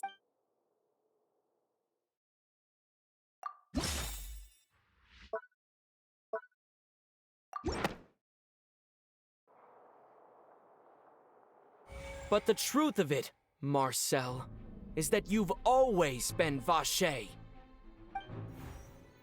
Huh? We've investigated your lair and we already know everything! After your lover, Vinier, was dissolved, you kept abducting young women to experiment on the hopes of bringing her back to you! You even created Marcel as a new identity and destroyed all records of your past as Vacher! So that's it. Even the villains in opera performances rarely go that far. And with that, Marcel's motive has now been established. This information regarding your past also dismantles your prior timing defense. Well, Marcel, do you know where you went wrong? You fixated your gaze on the lover that passed away, instead of paying attention to the living people around you. So, you never noticed how we changed, or how we grew as individuals. You also never understood Boss's real expectations for his daughter. Or our determination to see things through. Your determination. Mr. Marcel, Please speak up now if you would like to defend yourself. Otherwise, the trial will move on to the next stage. Do you really think I wanted to do any of this? Pay attention to you? What for? Have you ever paid attention to me? Ever empathized with my pain? Ever known how it feels to watch the love of your life dissolve right in front of your eyes? No one helped me. No one even believed me. All those decades ago, even the officers from the Maison Gardiennage were laughing at me. They said there's no way a human being can turn into water. So I must have gone mad from grief. Vignère's death was brushed away by all of you as if it didn't matter at all. Well, now you know, don't you? Ha! Well, it's too late now. All those who were dissolved are gone forever. You only have yourselves to blame. You set up this ornate opera house in pursuit of your so-called justice, your beloved drama, while turning a blind eye to the suffering of the people. Vignère is dead. We promised each other that we would always be together. Wherever she goes, I will follow. But I'm not from this blasted place, so I can't be dissolved, no matter what I do. Hey, is that water from the primordial sea that he's drinking? I can't dissolve! Can't dissolve! Can't dissolve! Do you all see? I can't go, I can't follow. So if I can't go where she is, what choice do I have but to try to bring her back? I did all of that, and in the end, that accursed Callus still got the better of me. I spent my entire life living on pins and needles, only to get stabbed by his idiot daughter at the very end. The suspect is exhibiting signs of mental distress. Guards, please restrain him. Don't touch me! Don't anybody come near me! I still need to save Vignère. A promise. We made a promise. Vignère. Vignère! Please, Vignère, don't think badly of me. All I want to do is fulfill our promise. At this point, the verdict of this trial is clear. With Mr. Marcel's conviction, the charges against Mr. Tartaglia no longer have any basis. Fine by me. I was in a bad mood, but after a show like that, I'm actually feeling pretty good. Traveler, please submit all the evidence you have collected to the guards, so that I might review and summarize the truth behind the serial disappearances case. The man now known as Marcel was originally named Vacher and worked as an adventurer with his partner and lover Vignère. During an underwater expedition, Vignère accidentally came into contact with water from the primordial sea and was dissolved in front of Vacher as a result. Vacher learned of the primordial water's existence through the work of others and began to kidnap young women for research, with the goal of discovering a method to restore Vignère back to life. To cover his tracks, he invented the new alias of Marcel and began to operate a business in Poisson. During the course of his research, Vacher discovered that a diluted concoction of water from the primordial sea can induce feelings of euphoria, and began to manufacture and market synth. However, as he accumulated wealth to fund his continued research and expanded the scope, he came into conflict with Spina di Rosula. After exchanging blows with Spina di Rosula for many years, Vacher decided to assassinate their president Callus at a banquet. Although the assassination did not go as Vacher expected, he was able to turn Callus into the murder suspect by dissolving the assassin he sent to the scene. And just recently, Vacher attempted to frame Linny as the culprit of the serial disappearances case, using a similar method. However, his attempt to frame Linny failed, and the power of water from the primordial sea became public knowledge. This case also exposed enough of Vacher's machinations that he was eventually successfully charged in court. Thus concludes the enigmatic history of the serial disappearances case, with the truth revealed to all.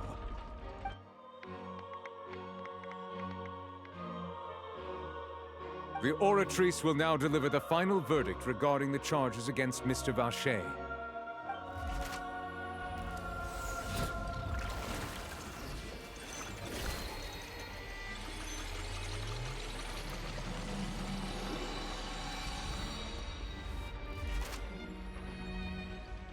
According to the judgment of the Oratrice Mécanique d'Analyse Cardinale, Mr. Vacher is guilty. Guards! Take Vacher away. Good. It's what he deserves. With that, the serial disappearances case is over now. We really just witnessed history. Who would have thought the true culprit would be such a polite and well-spoken guy? Yippee! We helped Navia bring the bad guy to justice! He's hurt so many innocent people and now he's finally getting what he deserves! Huh? Are you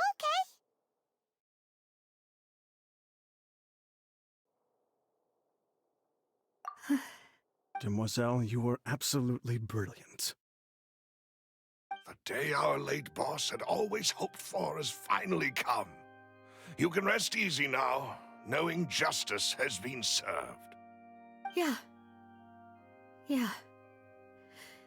It's finally over. It's all thanks to you guys. And my partner. See, Papa? Spina di Rosula's still doing well with me at the helm. Well now, hasn't this been a most delicious piece of drama? The villain has been caught, justice has been served, past wrongs have been righted, and it's a big ol' happy ending. Since it's been such a great show, I'll just let the false accusations against me slide. Either way, I've still got some business to attend to, so if you'll excuse me... Please wait just one moment, Mr. Tartaglia. What now? None of this has anything to do with me. According to court protocol, since this trial was initiated due to a charge against you, a verdict must also be made regarding the initial charge before the trial can conclude. Oh, come on. Is this really necessary? Haven't you already caught the real criminal? Isn't it time for side characters like me to exit stage left? Please respect the laws of Fontaine. This has always been the rule. All right, but this sure is a lot of hassle. All I need to do is stand over there, right? Let's just get this over with. Through evidence presented in the public trial that was just held, it has been established that Mr. Tartaglia has no direct connection to the serial disappearances case. The guilty party has been identified, and thus it is logical to suppose Mr. Tartaglia is innocent of the charges. We now turn to the Oratrice Mécanique d'Analyse Cardinale to render the final verdict on the charges.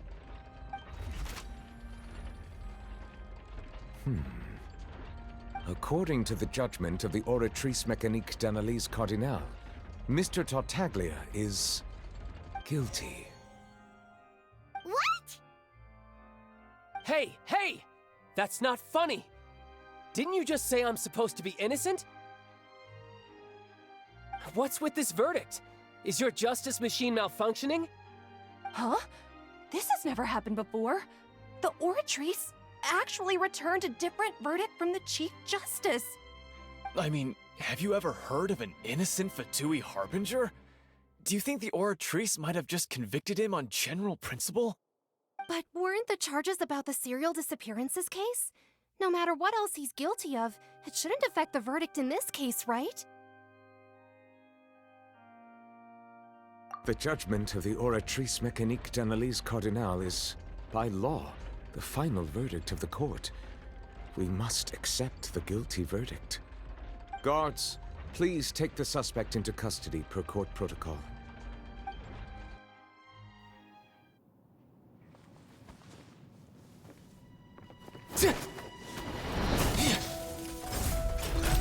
So this is how justice is done in Fontaine. What a joke. You've got your rules. Well, I've got mine too!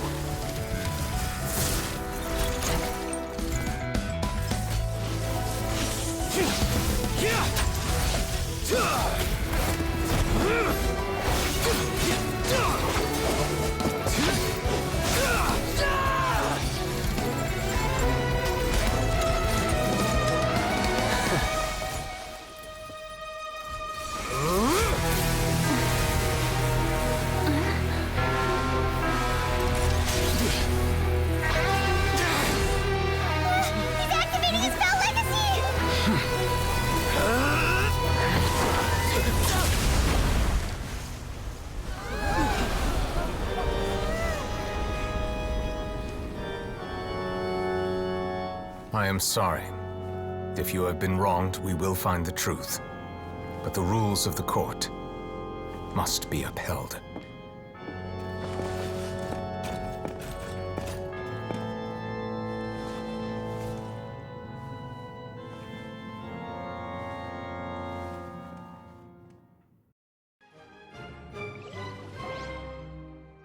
Hey, Monsieur Novelette, what's going on?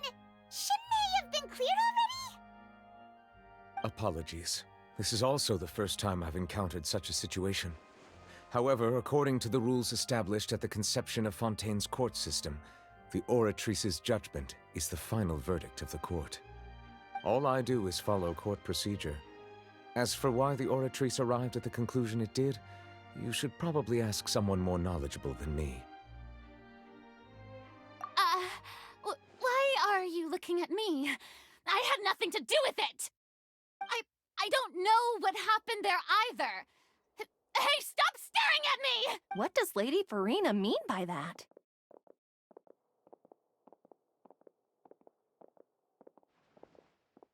She says she has no idea either, but that's impossible. Didn't she create the Oratrice herself? Yeah, so are the verdicts reliable or not? Can results like this really be called justice?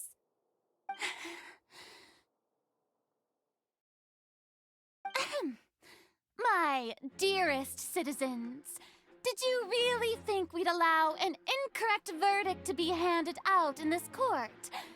Did you really believe that the judgment could be mistaken or be the result of some sort of random mishap?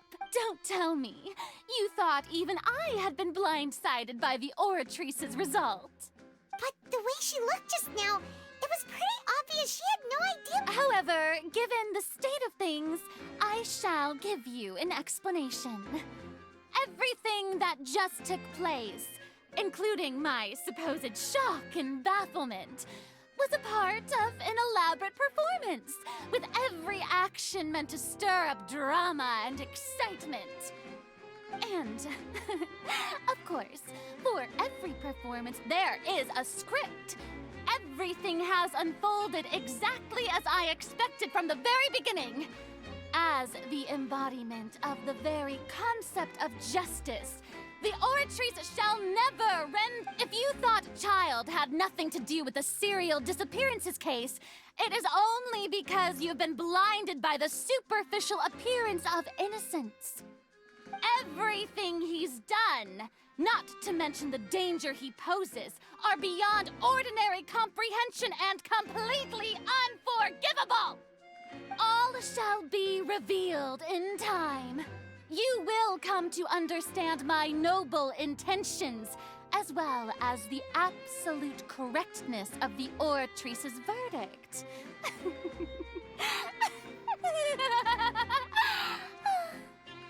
Now, having said that, although I hate to leave things hanging in suspense, it is now time for this performance to end.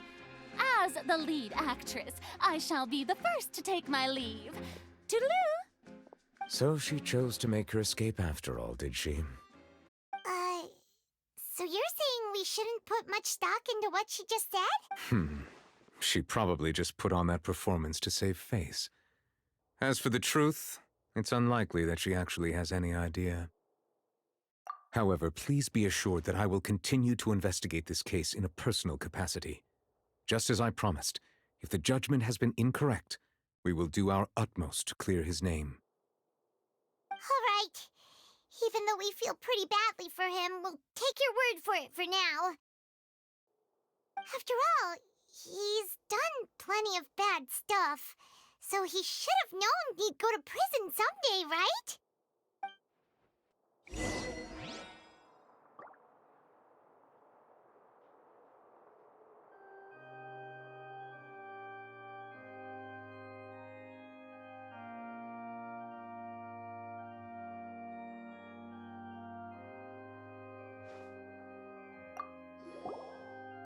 Monsieur Neuvillette! That power you should— I'm the Chief Justice of Fontaine, of course. If officers of the law lack the strength and capability to enforce it, then it makes a mockery of justice.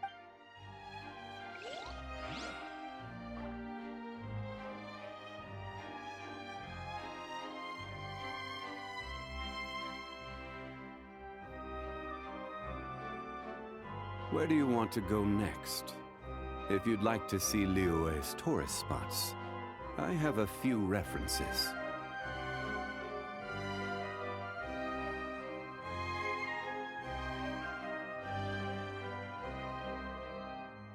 Osmanthus wine tastes the same.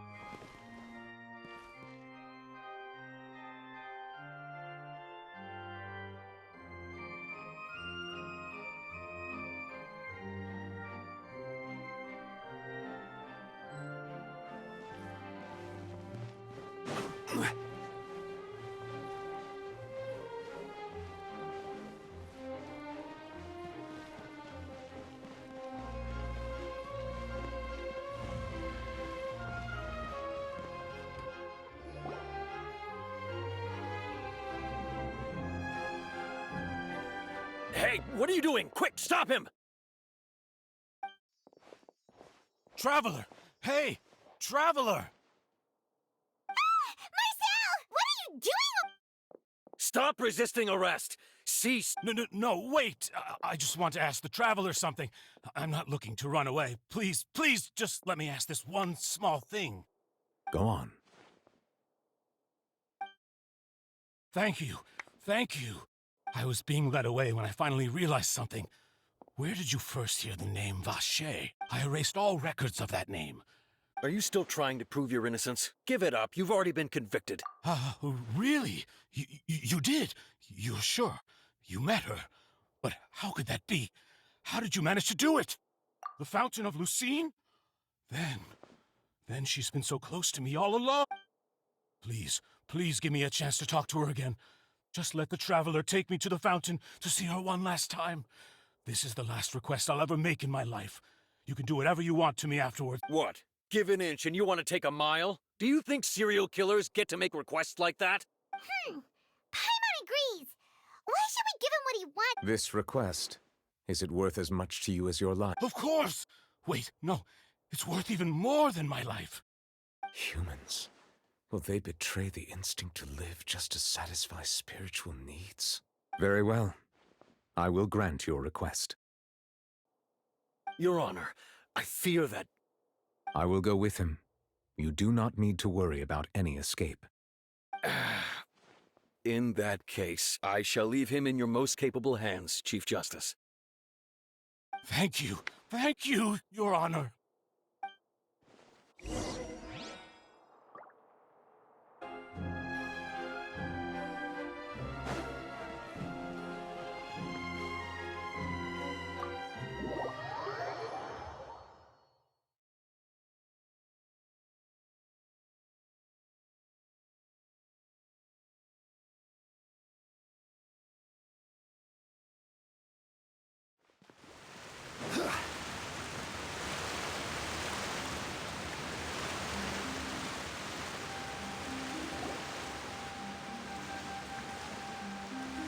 Is this the place?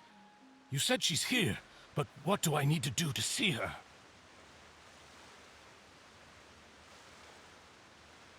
Yeah, and even Paimon could hear her after drinking that thing. Didn't you just drink a lot of it on the stages? Vacher. Ah! Yes, that's it. So you heard it too. Vignier, it's me! It's me, Vacher. Vacher? I'm here! Where are you, Vignier? I'm coming for you. Hey, wait!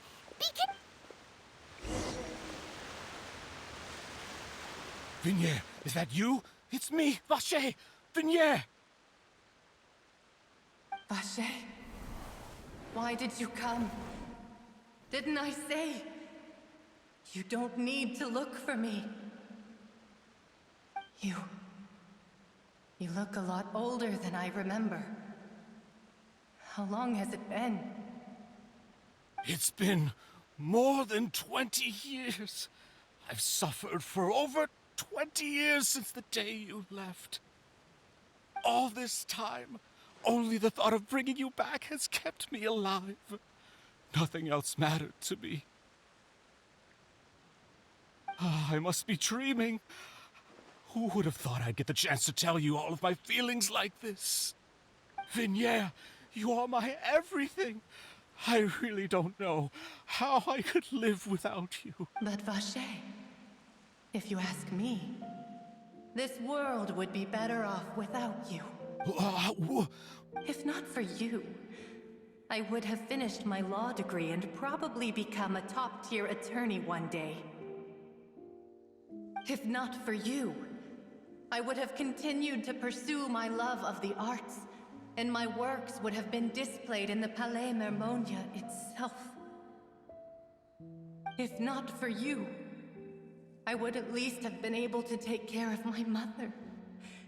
And she would not have grown old and died alone, with nothing but the tears on her cheeks. It's all because of your selfishness, Vache. It's all because of you. You... Wait, you are not Vignier. Who are you? You're right. I am not Vignier. I am the sacrifices. Every woman who died by your hand, as our bodies dissolved, our consciousnesses flowed back to the primordial sea. Our thoughts circulated endlessly within the primordial sea, and we were no longer individuals, but we became one, just as streams of water come together in the sea. I'm Cressy. I'm Lemony. I'm Azine. The only one I am not is Vignier. Why? But then, where is Vignier? She doesn't want to see you anymore.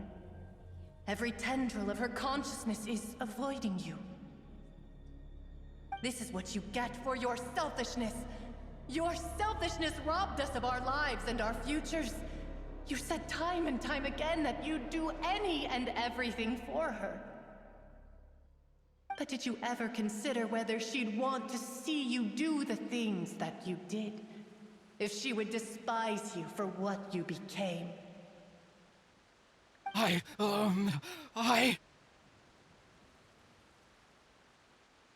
You are a liar, a heartless murderer, and a cowardly narcissist. The only thing you are not is Vignier's beloved. From the moment your first victim died and her consciousness merged with Vignier's, she has had nothing but pure hatred for you.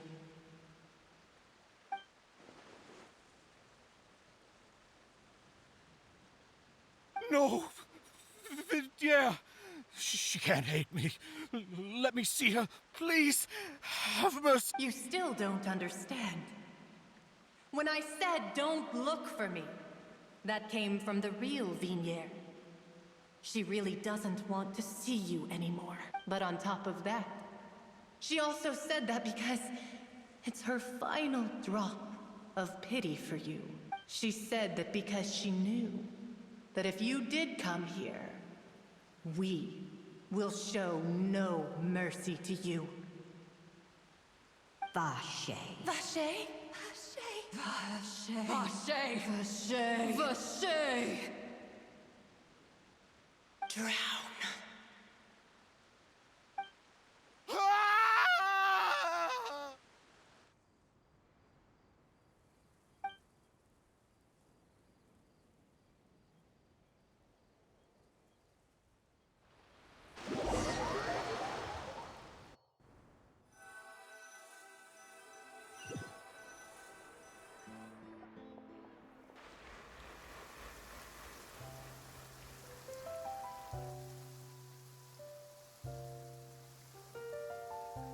Finally, we have some time to do shopping.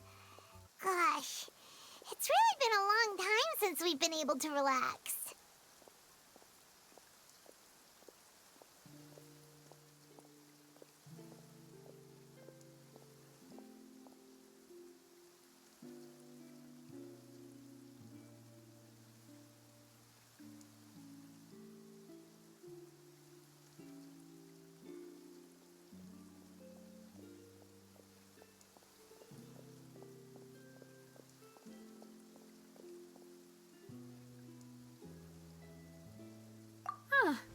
well met, partner.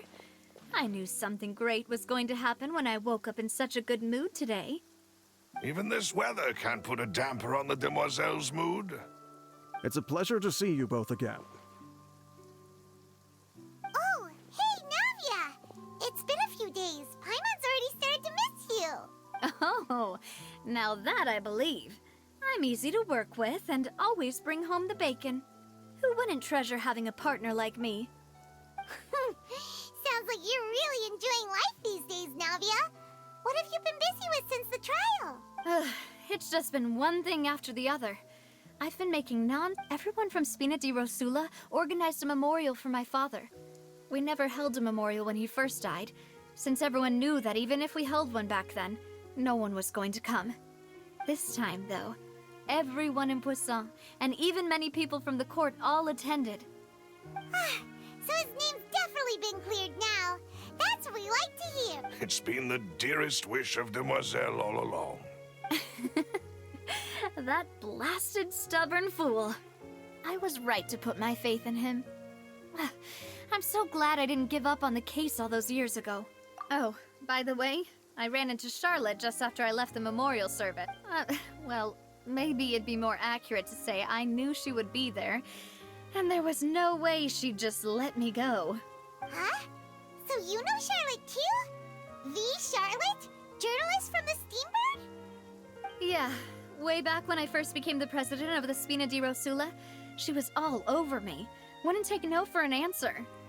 I believe the story was called The True Heart of Darkness, Secret Tales of the Yellow Rose. To be fair, though, it was a really flattering feature. So, we've been on pretty good terms ever since. She was trying to lean on our friendship to get me to do an exclusive piece on the serial disappearances case. Oh yeah, she told us about that. She's always been super... Anyway, I told her to make sure that when she writes about you guys entering the opera house with the critical evidence, that you both sound really cool. Now that's another thing to look forward to. We trust Charlotte's skills with a pen for sure. Oh, and in other news, I also took Clarande out for a meal. Oh, are you two on better terms now? While you were investigating Vachey's headquarters, Clarande gave testimony on my father's behalf. It was thanks to her that we were able to turn the tide. I wanted to thank her. I mean, there's also no point in being awkward all the time, so we took the chance to reconcile with each other. Oh, that's great. Paimon also thought Clarande wasn't actually a bad person. It's always good to have more friends. Anyway, now that the case has finally been solved, perhaps it will slowly begin to fade from the public consciousness. Oh, actually, there's still one last thing I need to do. What is it? I should pay a visit to my father's grave, and tell him the truth of what happened, as well as how it all ended. And on top of that, just how much people still look up to him, to this day. That includes me, too. Miss Navia. Indeed. We want to go too! We also think Callus is a really admirable person. Sure thing. I'd like you two to share the moment with me. After all, without you, there might not have been such a positive ending. And in that case, everyone, let's be off. Considering the recent weather, we'll be lucky if we can reach Poisson before dark. Yeah, you're right. It's been raining non-stop for a few days now.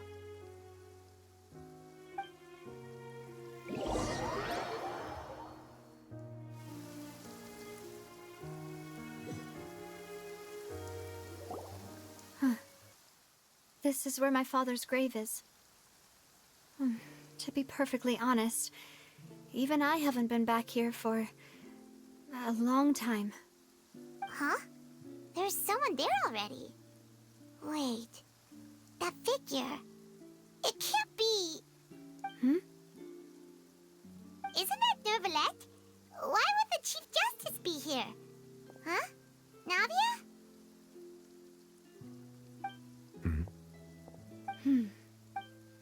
My apologies.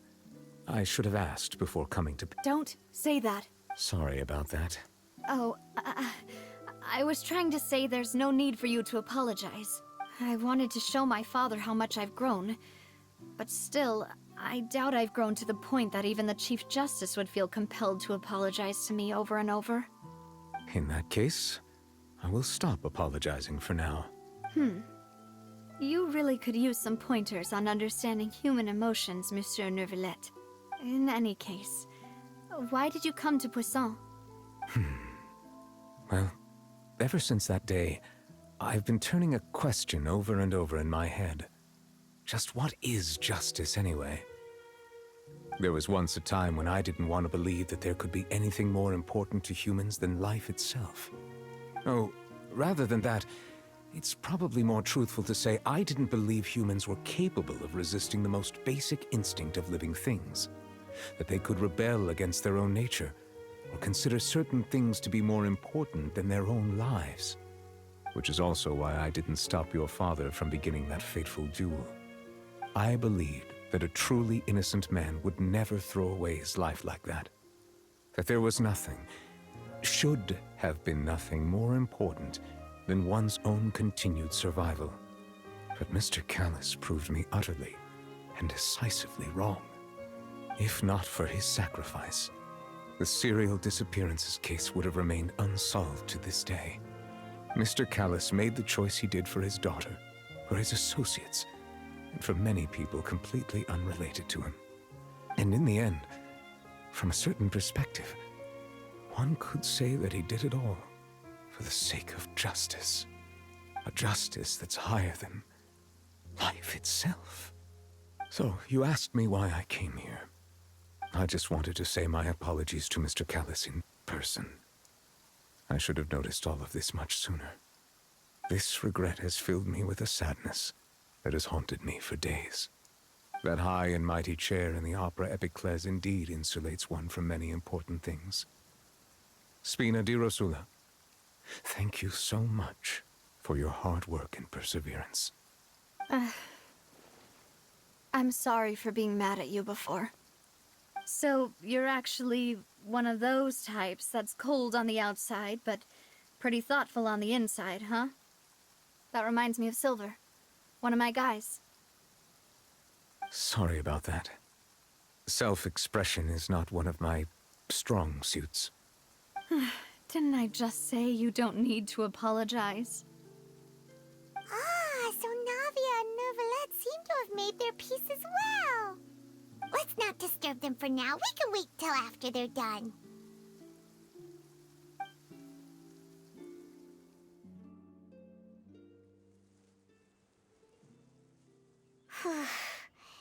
Paimon's never paid respects at someone's grave before. Did Paimon do anything rude there?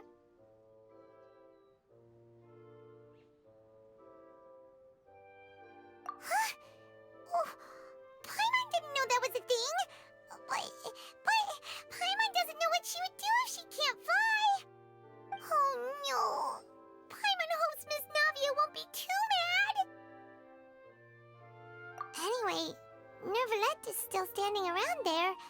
It's not often that we can catch him alone like this, so why don't we go talk to him for a bit? If we can't talk to Lady Farina, we can at least talk to him, right?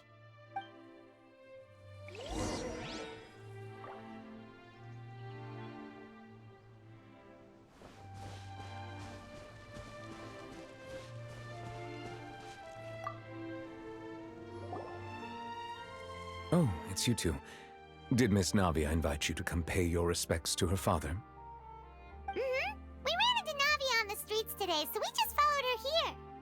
I see, I see. Then is there something that I can help you with? Well, it's pretty hard to run into you like this, since you're usually super busy. So we figured we could try to ask you a few questions, if that's okay. Please feel free. Though outsiders, you helped us solve one of the greatest mysteries in Fontaine, and it would be my pleasure to return the favor.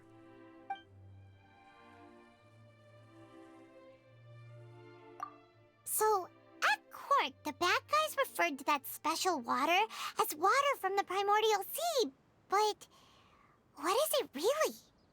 Truthfully, that name is already quite accurate. I can only surmise that Vacher and his ilk only learned of its nature and existence after extensive research. There used to be a special sea on the surface of this planet. The nature of its seawater was rather different from that of the sea we know today. Most of Tevat's life forms were first born in that special sea. You could say it nurtured much of the life on this planet. Huh. So it really was where everything began. It makes sense to call it primordial then. But today, the primordial sea no longer exists on the planet's surface. What Vacher discovered must have been some kind of special case, or a... Huh. So that's how it is. Oh, you really know everything, Monsieur Neuvillette. But if that's the case, then why would people, at least people from Fontaine, Indeed. Why would the primordial sea, which was known to engender and nurture life, suddenly reverse itself and devour life instead? To be frank, that also doesn't match my understanding of this world and its laws. There must still be some unknown secrets around the people of this land. Is there anything else you'd like to ask me about? That the sea levels will rise and everyone will be dissolved in water, leaving Farina crying alone on her throne, but the sins of the people will be finally washed away for good. Does that appropriately summarize the version you've heard? That's right! It was Linny that told us back then. And that about covers all the main points. Yes, up to the present, I think we reached a point where we have no choice but to confront this prophecy directly. Rumors have it that this prophecy is rooted in the last words the former Hydro Archon left to the world before she passed away. A prophecy? Of the former Hydro Archon? Wow. This is the first time that we've ever heard of it. Two parts of the prophecy have already proven correct. The rising sea levels and the ability of the people of Fontaine to be dissolved. We should be more vigilant and stay on the watch for further signs. Speaking of the prophecy, Farina has also always taken it quite seriously. Indeed, she has been collecting information and intelligence from across Tevat for this purpose. If the rumors were true, then perhaps this prophecy is the conundrum left to Farina by her predecessor. But with Farina being the way she is, can we really trust her to solve it? Is there anything else you'd like to ask me about?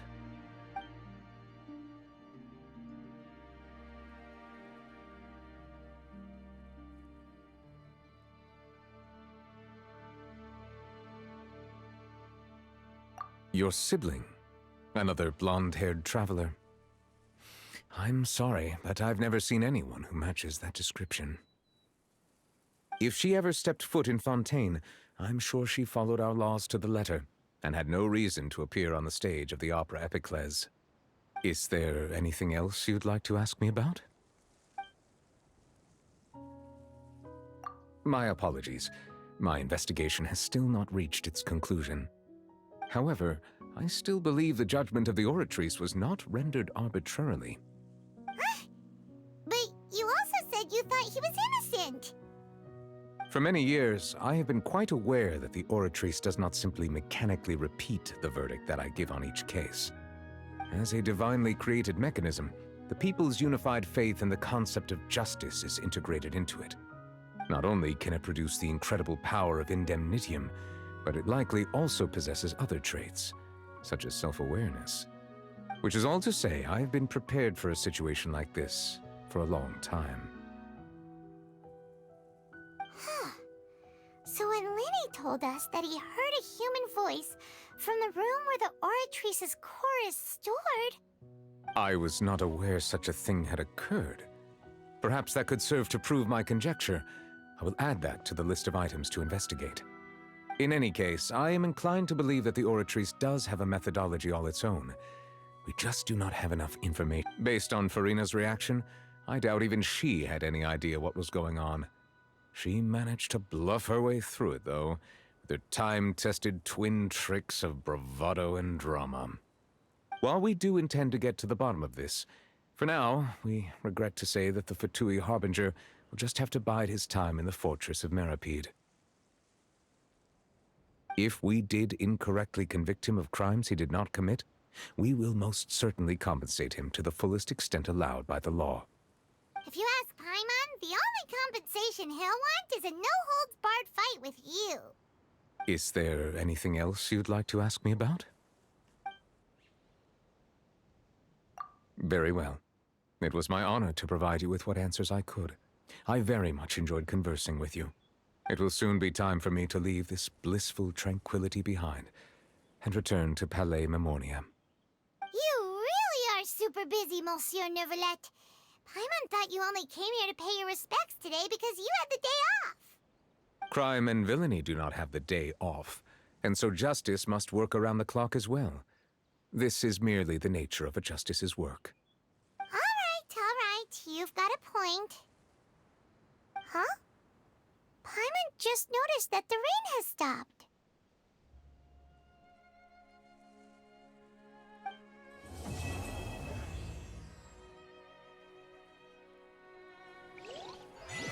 You know, we've been walking around for a while now.